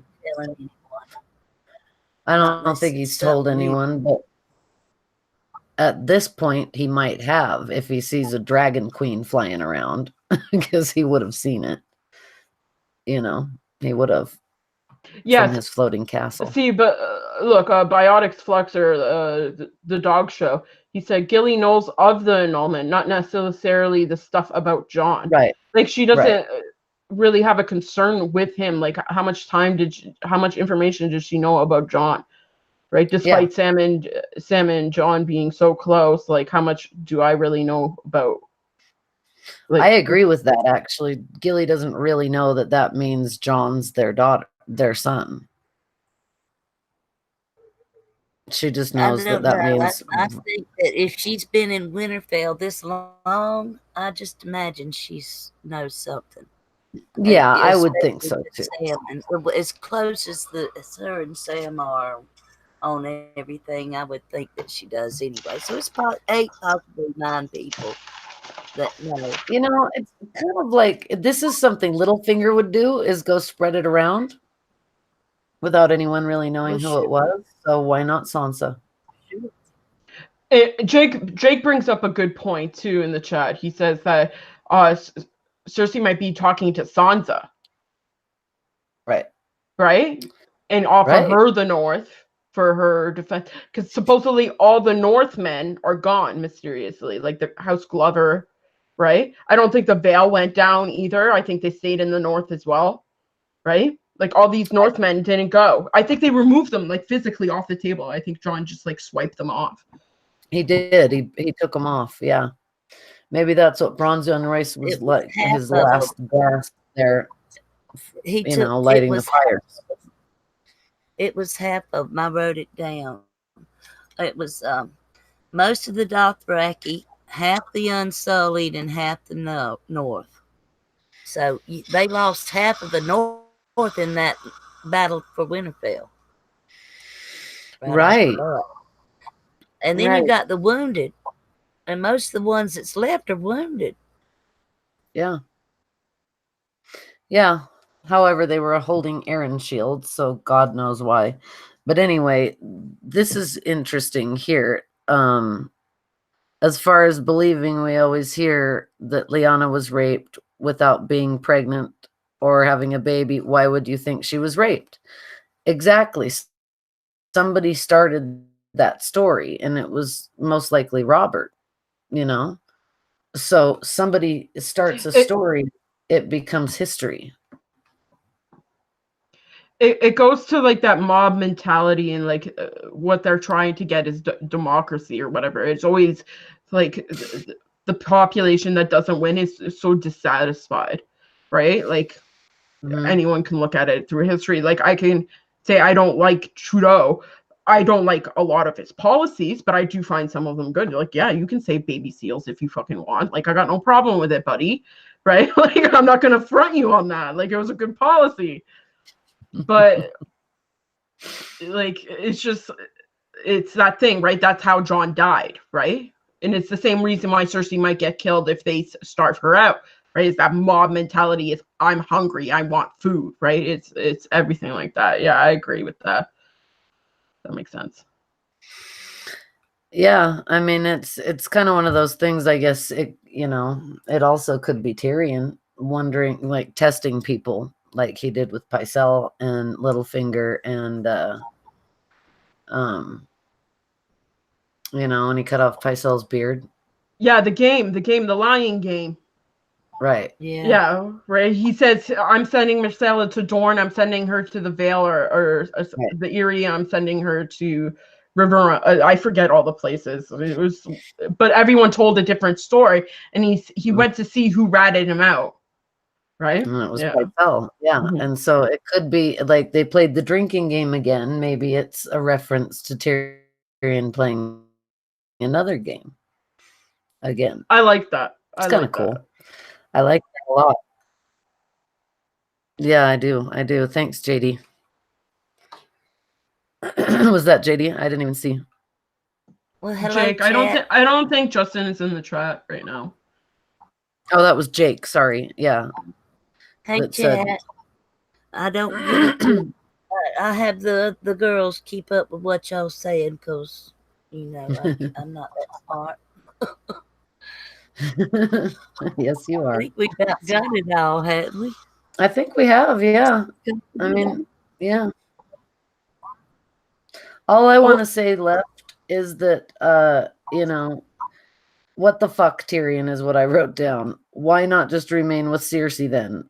If it's only about Dany and the good choices she might make, well, Cersei might make a good choice here and there too. But Jon is the better ruler, like Varys said. He's strong, he's measured, and the people love him. They will not follow someone who burns them, just like the fate of the Tarleys. Not going to happen. So that's my final say right there. I'm not gonna comment on Tyrion. I think he's probably dead. I think he's gonna die. I think Jaime's gonna die. I think Cersei's gonna die. I think everyone in House Lannister is gonna die. Because of Bronn, because of the Valonqar prophecy, and because of Bran's fever dream. I think they're all dead. But when it came to, I didn't add this point. Jaime, right before he leaves, Brienne's in bed and he's looking at the fire. Now, in the feast area, Tyrion talks to Davos about R'hllor. He's like, we did all this shit because God in the fire told us to, and he's basically fucked off since. And then he fucked off. Now, yeah. And then Jaime's sitting in front of the fire, watching the fire, and then he gets up and goes. And then Brienne's like, what the fuck? I just heard the door close. Why would he leave? Right?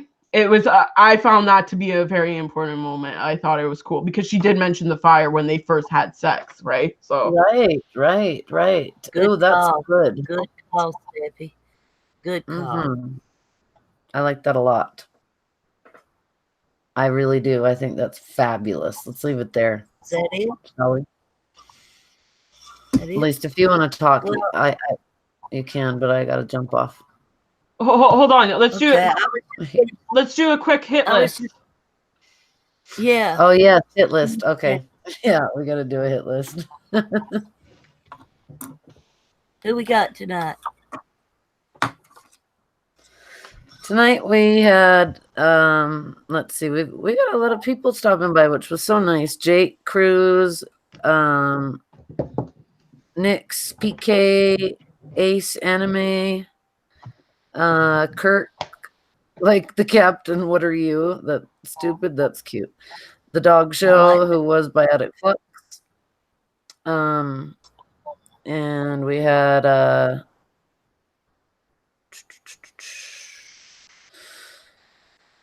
and a couple people stopped by. I think I mentioned them. Yeah, that was about it. And JD stopped by, and yeah. So thanks, guys. That was a great chat. It really was. You guys came up with some good stuff. Love you guys. Well, Love you too. This one was a good one. I found that like despite the episode being shit, like we did find like enough stuff in there, right? But Tyrion should have been dead. Like he should have been dead. Like so, like Mr. Stubby there. You can't swim that far. Like he got hit by the mast. Like this guy has to have a horseshoe up his ass. Honestly, like you have so much luck in you, man. Like you should not be alive, right? And if it relates to the books, he survived the pits of Marine with Penny, too. Right. Yeah. Played, sold off, drowned. Well, I want to make a point that I think that, Dany's doing a decline. She started with nothing and she may end up with nothing. I mean, she's already lost 2 of her dragons now, so that's something we've got to keep an eye on. I think overall, I think it was a pretty good show. I found a lot of we've covered everything that I found, so we've already said it all, I suppose. I want to thank the ladies for coming out tonight, and I really appreciate y'all. Appreciate the chat. We appreciate everything y'all do for us, and we enjoy doing what we do, and thank y'all for enjoying it with us. Ladies, your turn for outro.